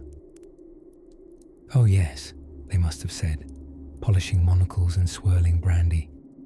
We shall tea for opium, a most equitable arrangement. And so, smugglers, merchants, and entire flotillas sailed across the sea with chests of tea and bricks of opium carefully hidden in false-bottom crates. British ships would unload their narcotic cargo near Chinese coasts, using intermediary smugglers to wiggle the goods into cities like Canton. Meanwhile, back in London, the noble tea party continued uninterrupted. Ladies clinked their china cups, unaware or perhaps politely so, that each sip of Earl Grey was soaked in the sorrow of a growing opium crisis across the sea. And in China, the effects began to blossom, in all the wrong ways. The drug spread wildly, from fishermen to scholars, soldiers to mandarins. The Qing dynasty's imperial court, once rigid and Confucian to its core, found whole cities nodding off mid-scroll. The emperor, in his embroidered wisdom, eventually had quite enough. We seem, he might have said, to be trading our people's clarity for the crown's convenience. And wouldn't you know it, he was probably right. A sharp and sober crackdown followed. In 1839, a resolute official named Lin Zexu, whom you might imagine as part Confucius, part Sherlock Holmes, began closing opium dens, seizing stashes, and writing strongly worded letters to Queen Victoria. He even destroyed 20,000 chests of British opium by dumping them into the sea. An aquatic protest that would make even a Boston Tea Partier nod approvingly. This, dear listener, did not sit well with Britain. And so, as black ships bloomed on the horizon and muskets were polished in the South China Sea, tea, that innocent little leaf, had brewed something much more bitter. The First Opium War steamed forward, ironclads against ancient forts, bayonets against bamboo. It was an uneven fight, and the result was sadly predictable. The Treaty of Nanking followed, slicing open China's ports and gifting Hong Kong to the British like it was a biscuit at high tea. Britain got its silver back, plenty of it, along with unnerving trading privileges. China, meanwhile, was left with shattered pride and still more opium. Now, imagine the irony. The whole empire, once so sovereign and self-sufficient, unpicked not by siege engines or boiling oil, but by addictions snuck in under the guise of quiet cups of Darjeeling. So the next time someone says tea is calming, you might murmur, historically, yes, except that one time it rearranged half of Asia. And with that warm sip of realization, we drift gently forward toward quieter revolts, secret societies stirring in the shadows, and the murmurs of rebellion carried by the smoke of another pipe. Let's follow that whisper. Chapter 21. Smoky Drawing Rooms and Parliamentary Poppies. Let's settle into the cloudy hush of the Victorian parlour now, shall we?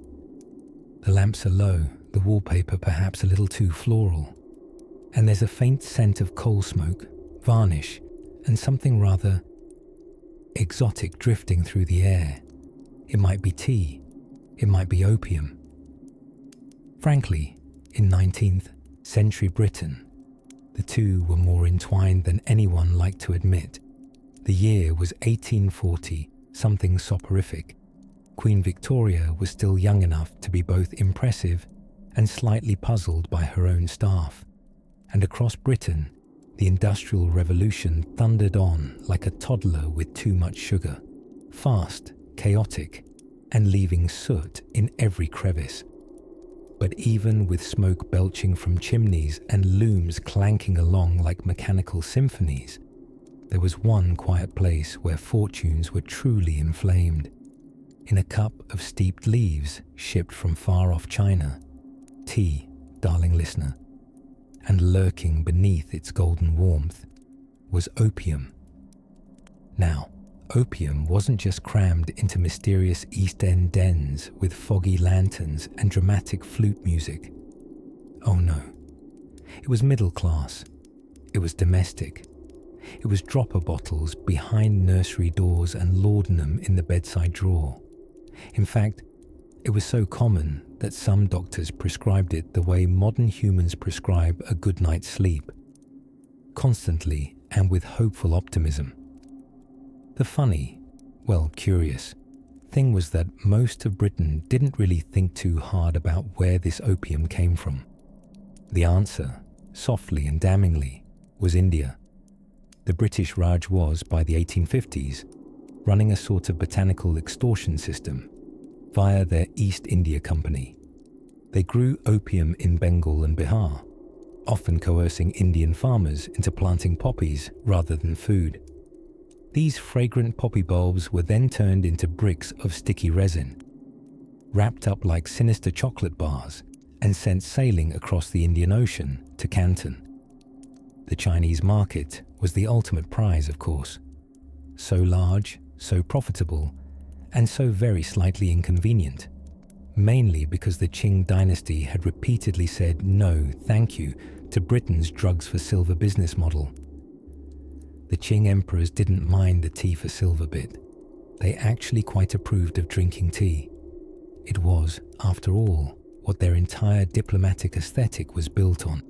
But opium, that was dissolving generations of their people into dreamy, slack-jawed reveries while draining their treasury into British safe deposit boxes in London.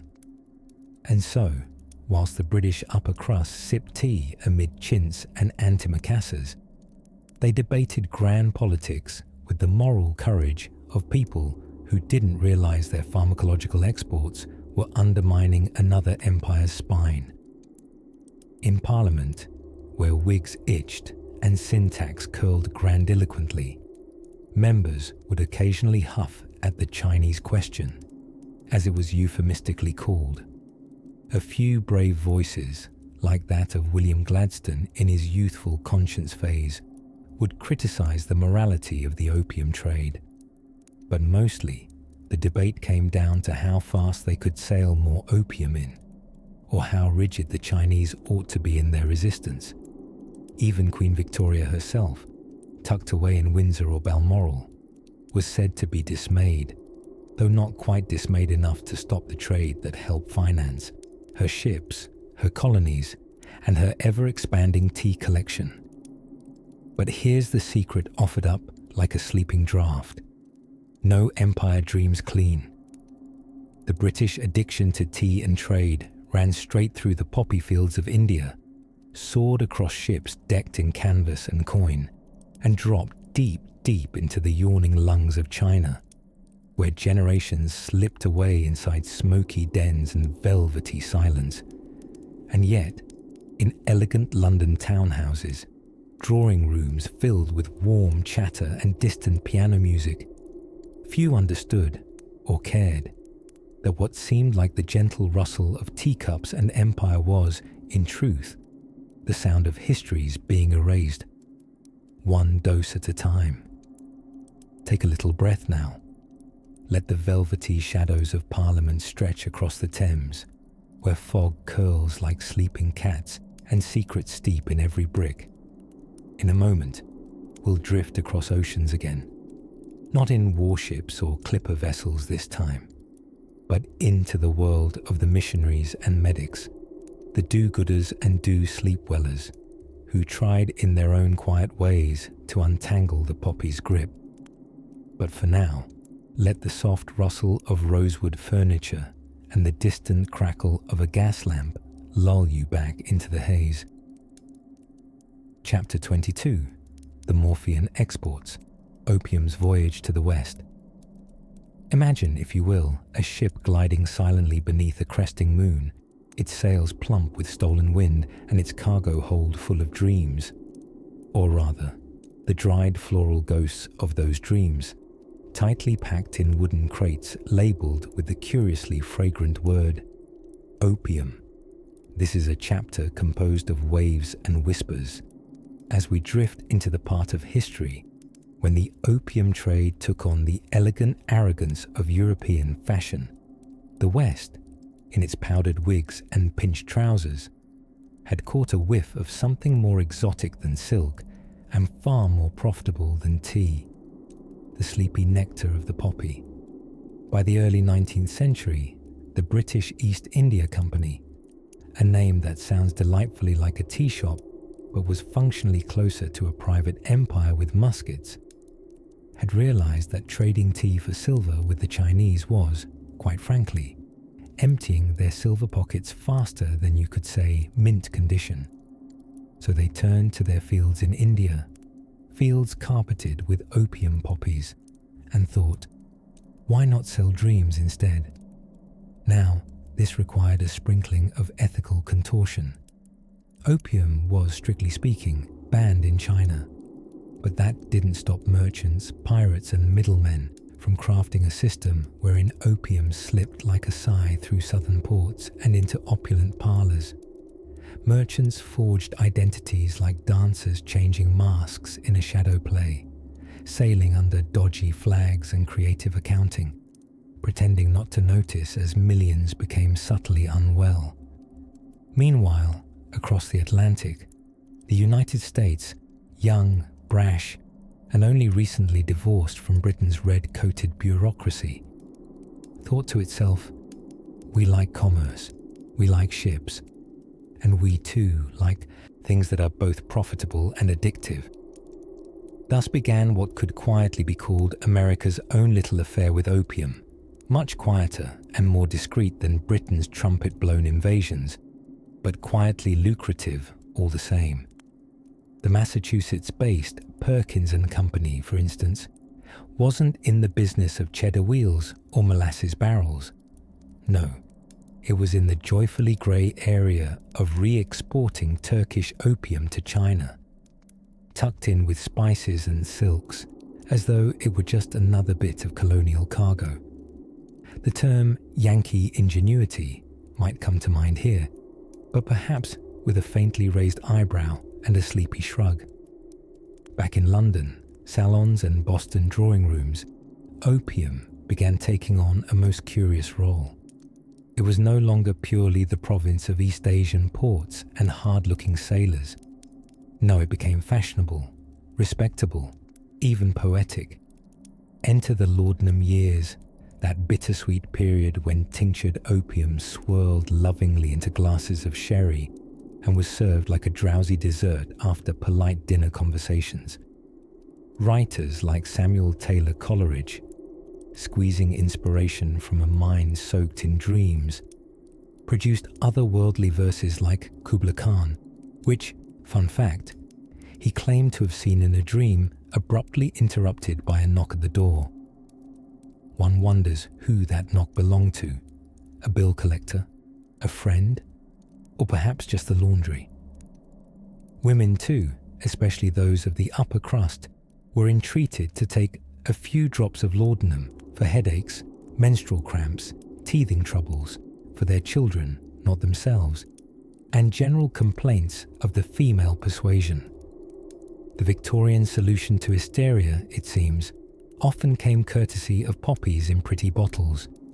Soon, Western dependence on opium, both economic and personal, became a kind of open secret, like a fancy rug under which many governments were sweeping growing problems.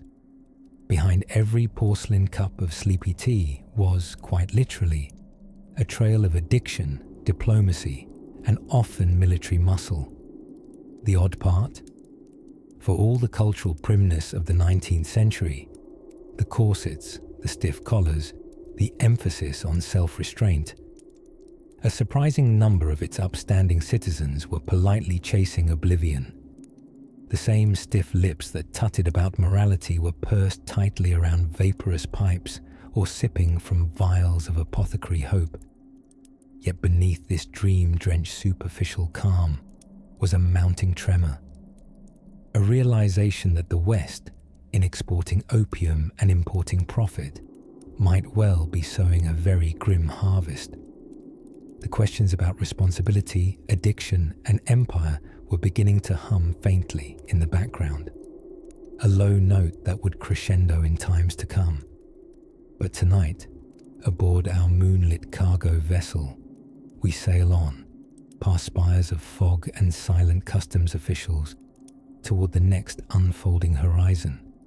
And there, just ahead, lies a new chapter in this opium-laced tale, where the drug would shape not just policy, but how society would begin to split along lines of class, medicine, and the ever-persistent illusion of control. Chapter 23. Tea Leaves and Smoke Trails, the foggy aftermath of empire. The opium ships had long since stopped cutting white trails across the Pearl River Delta. Their sails were furled, their cargoes less chemical, more commercial, cotton, raw silk, occasional scandal. And yet, in the cities and countrysides once tangled in the opium trade's slow-burning web, the haze lingered. Not quite smoke anymore, not quite memory, something in between, like the scent of history trying to forget itself. Tonight, we step softly into that haze, into the quiet years after the loud ones, where the empire still strutted, but with sore feet and public scandals, where trade boomed, yes, but dignity limped behind it like an unpaid debt. Let's begin in Britain, where Victorian wallpaper was getting more ornate by the minute, and no one wanted to talk about whose banks were padded by poppies. It was the late 19th century, and the empire was at its overconfident peak, an awkward teenager flexing in the mirror, flexing so hard it didn't notice half the mirror had cracked. Queen Victoria, whom you could not possibly out-frown, continued sending letters to China demanding respect, trade parity, and the occasional pander. Behind her, the great British engine chugged on, luxury on the top deck, coal dust in the lungs of children below. Quite literally, if you lived near Manchester. The moral reckoning over opium was beginning to nibble at society's brows, though gently. There were parliamentary debates so narrow you could walk past them without noticing.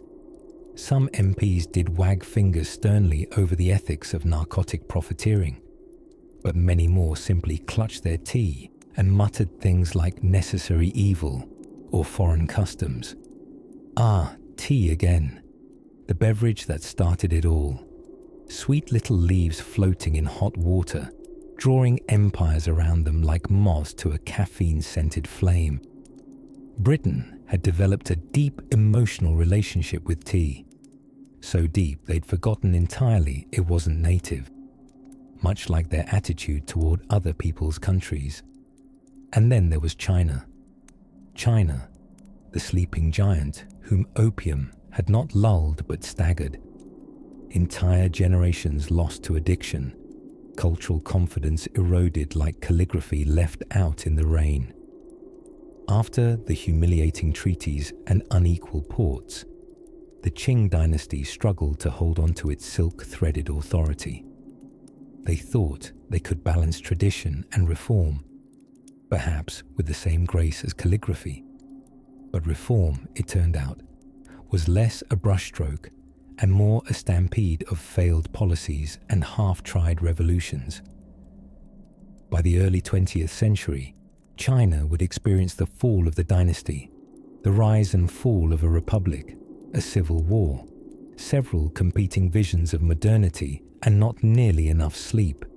But here, in the shadowy second half of the 1800s, things ticked quietly, along with an undercurrent of sorrow more potent than an opium pipe. Yet even that sorrow had variety. In Shanghai, for example, the international settlement buzzed with foreign capital and fusion cuisine. It was Paris meets Portside, with jazz wafting down alleyways and advertisements in a dozen languages competing for everyone's distracted attention. The city became, quite accidentally, a living metaphor for the legacy of the opium trade. Beautiful, frenetic, conflicted, and filled with the uneasy laughter of those who'd sold comfort one century and were now trying to sell redemption in the next. Governments tried to ban opium, inelegantly, emphatically, and incredibly late. Britain passed its Pharmacy Act in 1868, which essentially said, maybe don't sell opium to children anymore, though this was shockingly controversial at the time. Meanwhile, in China, local edicts flared up like seasonal allergies, trying to contain the damage with bans and burnings. Still, the opium dens glowed softly at night, like the last embers of a fire no one could afford to extinguish completely. And the addicts, they faded into the velvet shadows of history, unnamed in textbooks, unloved by governments, and often unburied by empires. Their stories, if kept at all, were whispered in kitchens and temples and bedtime tales of caution. Tonight's chapter is, in its own way, one of them. But don't strain your mind over them just now. Instead, picture a sepia-tinted map, gently curling at the corners, showing the once mighty routes of opium carriers and tea clippers alike. The ships no longer sail. The empires too begin to wobble. And in the next soft pulse of history, the curtain rises on a new cast. Warlords with telegrams, global police with world-sized ambitions, and a drug trade that has shed its wooden hulls and found new highways. But for now, let your thoughts drift like sails toward calm harbors. The sun sets over the South China Sea, and one last gull glides above the empty docks. Sleep gently, dream sweetly, and let the past keep rowing quietly toward the dawn. Chapter 24. The Paper Trails and Poppy Dreams. And so, here we are, on the final page of this long, fragrant, and quietly smoky tale. The opium has faded from the pipe, the ink has dried on the treaties, and the tea has long since cooled in porcelain cups.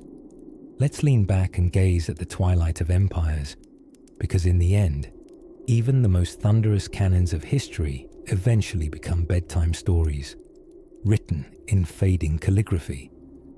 By the late 19th century, the great opium tides had begun to recede, but their salty residue lingered deep in the soil of everything it had touched.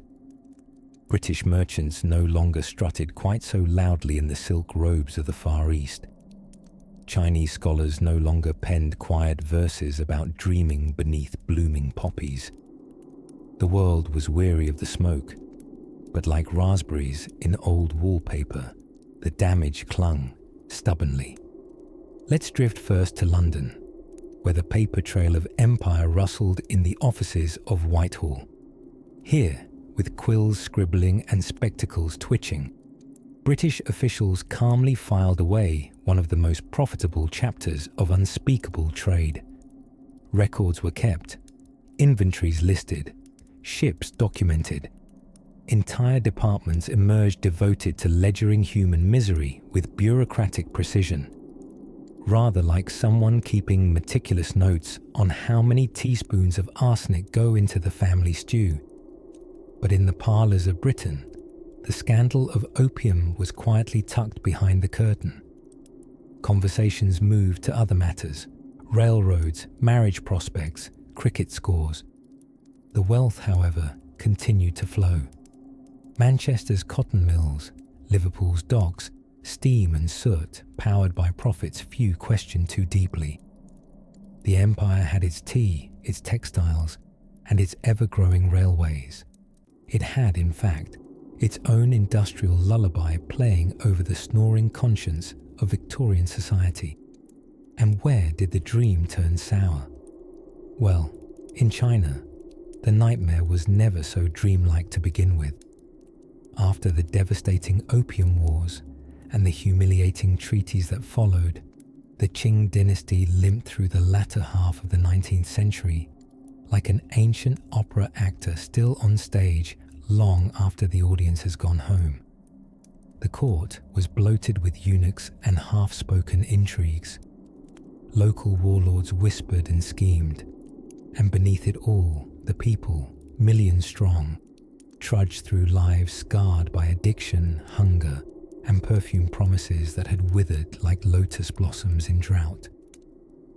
By the 1900s, a swell of change began to rise. Reformers and revolutionaries, some clad in Western coats, others in tattered robes, started shaking off the smoky quilt of imperial sedation. The Boxer Rebellion erupted in 1900 like a particularly dramatic alarm clock, and though misdirected and ultimately crushed, it signaled something vital, a yawning population beginning to stir.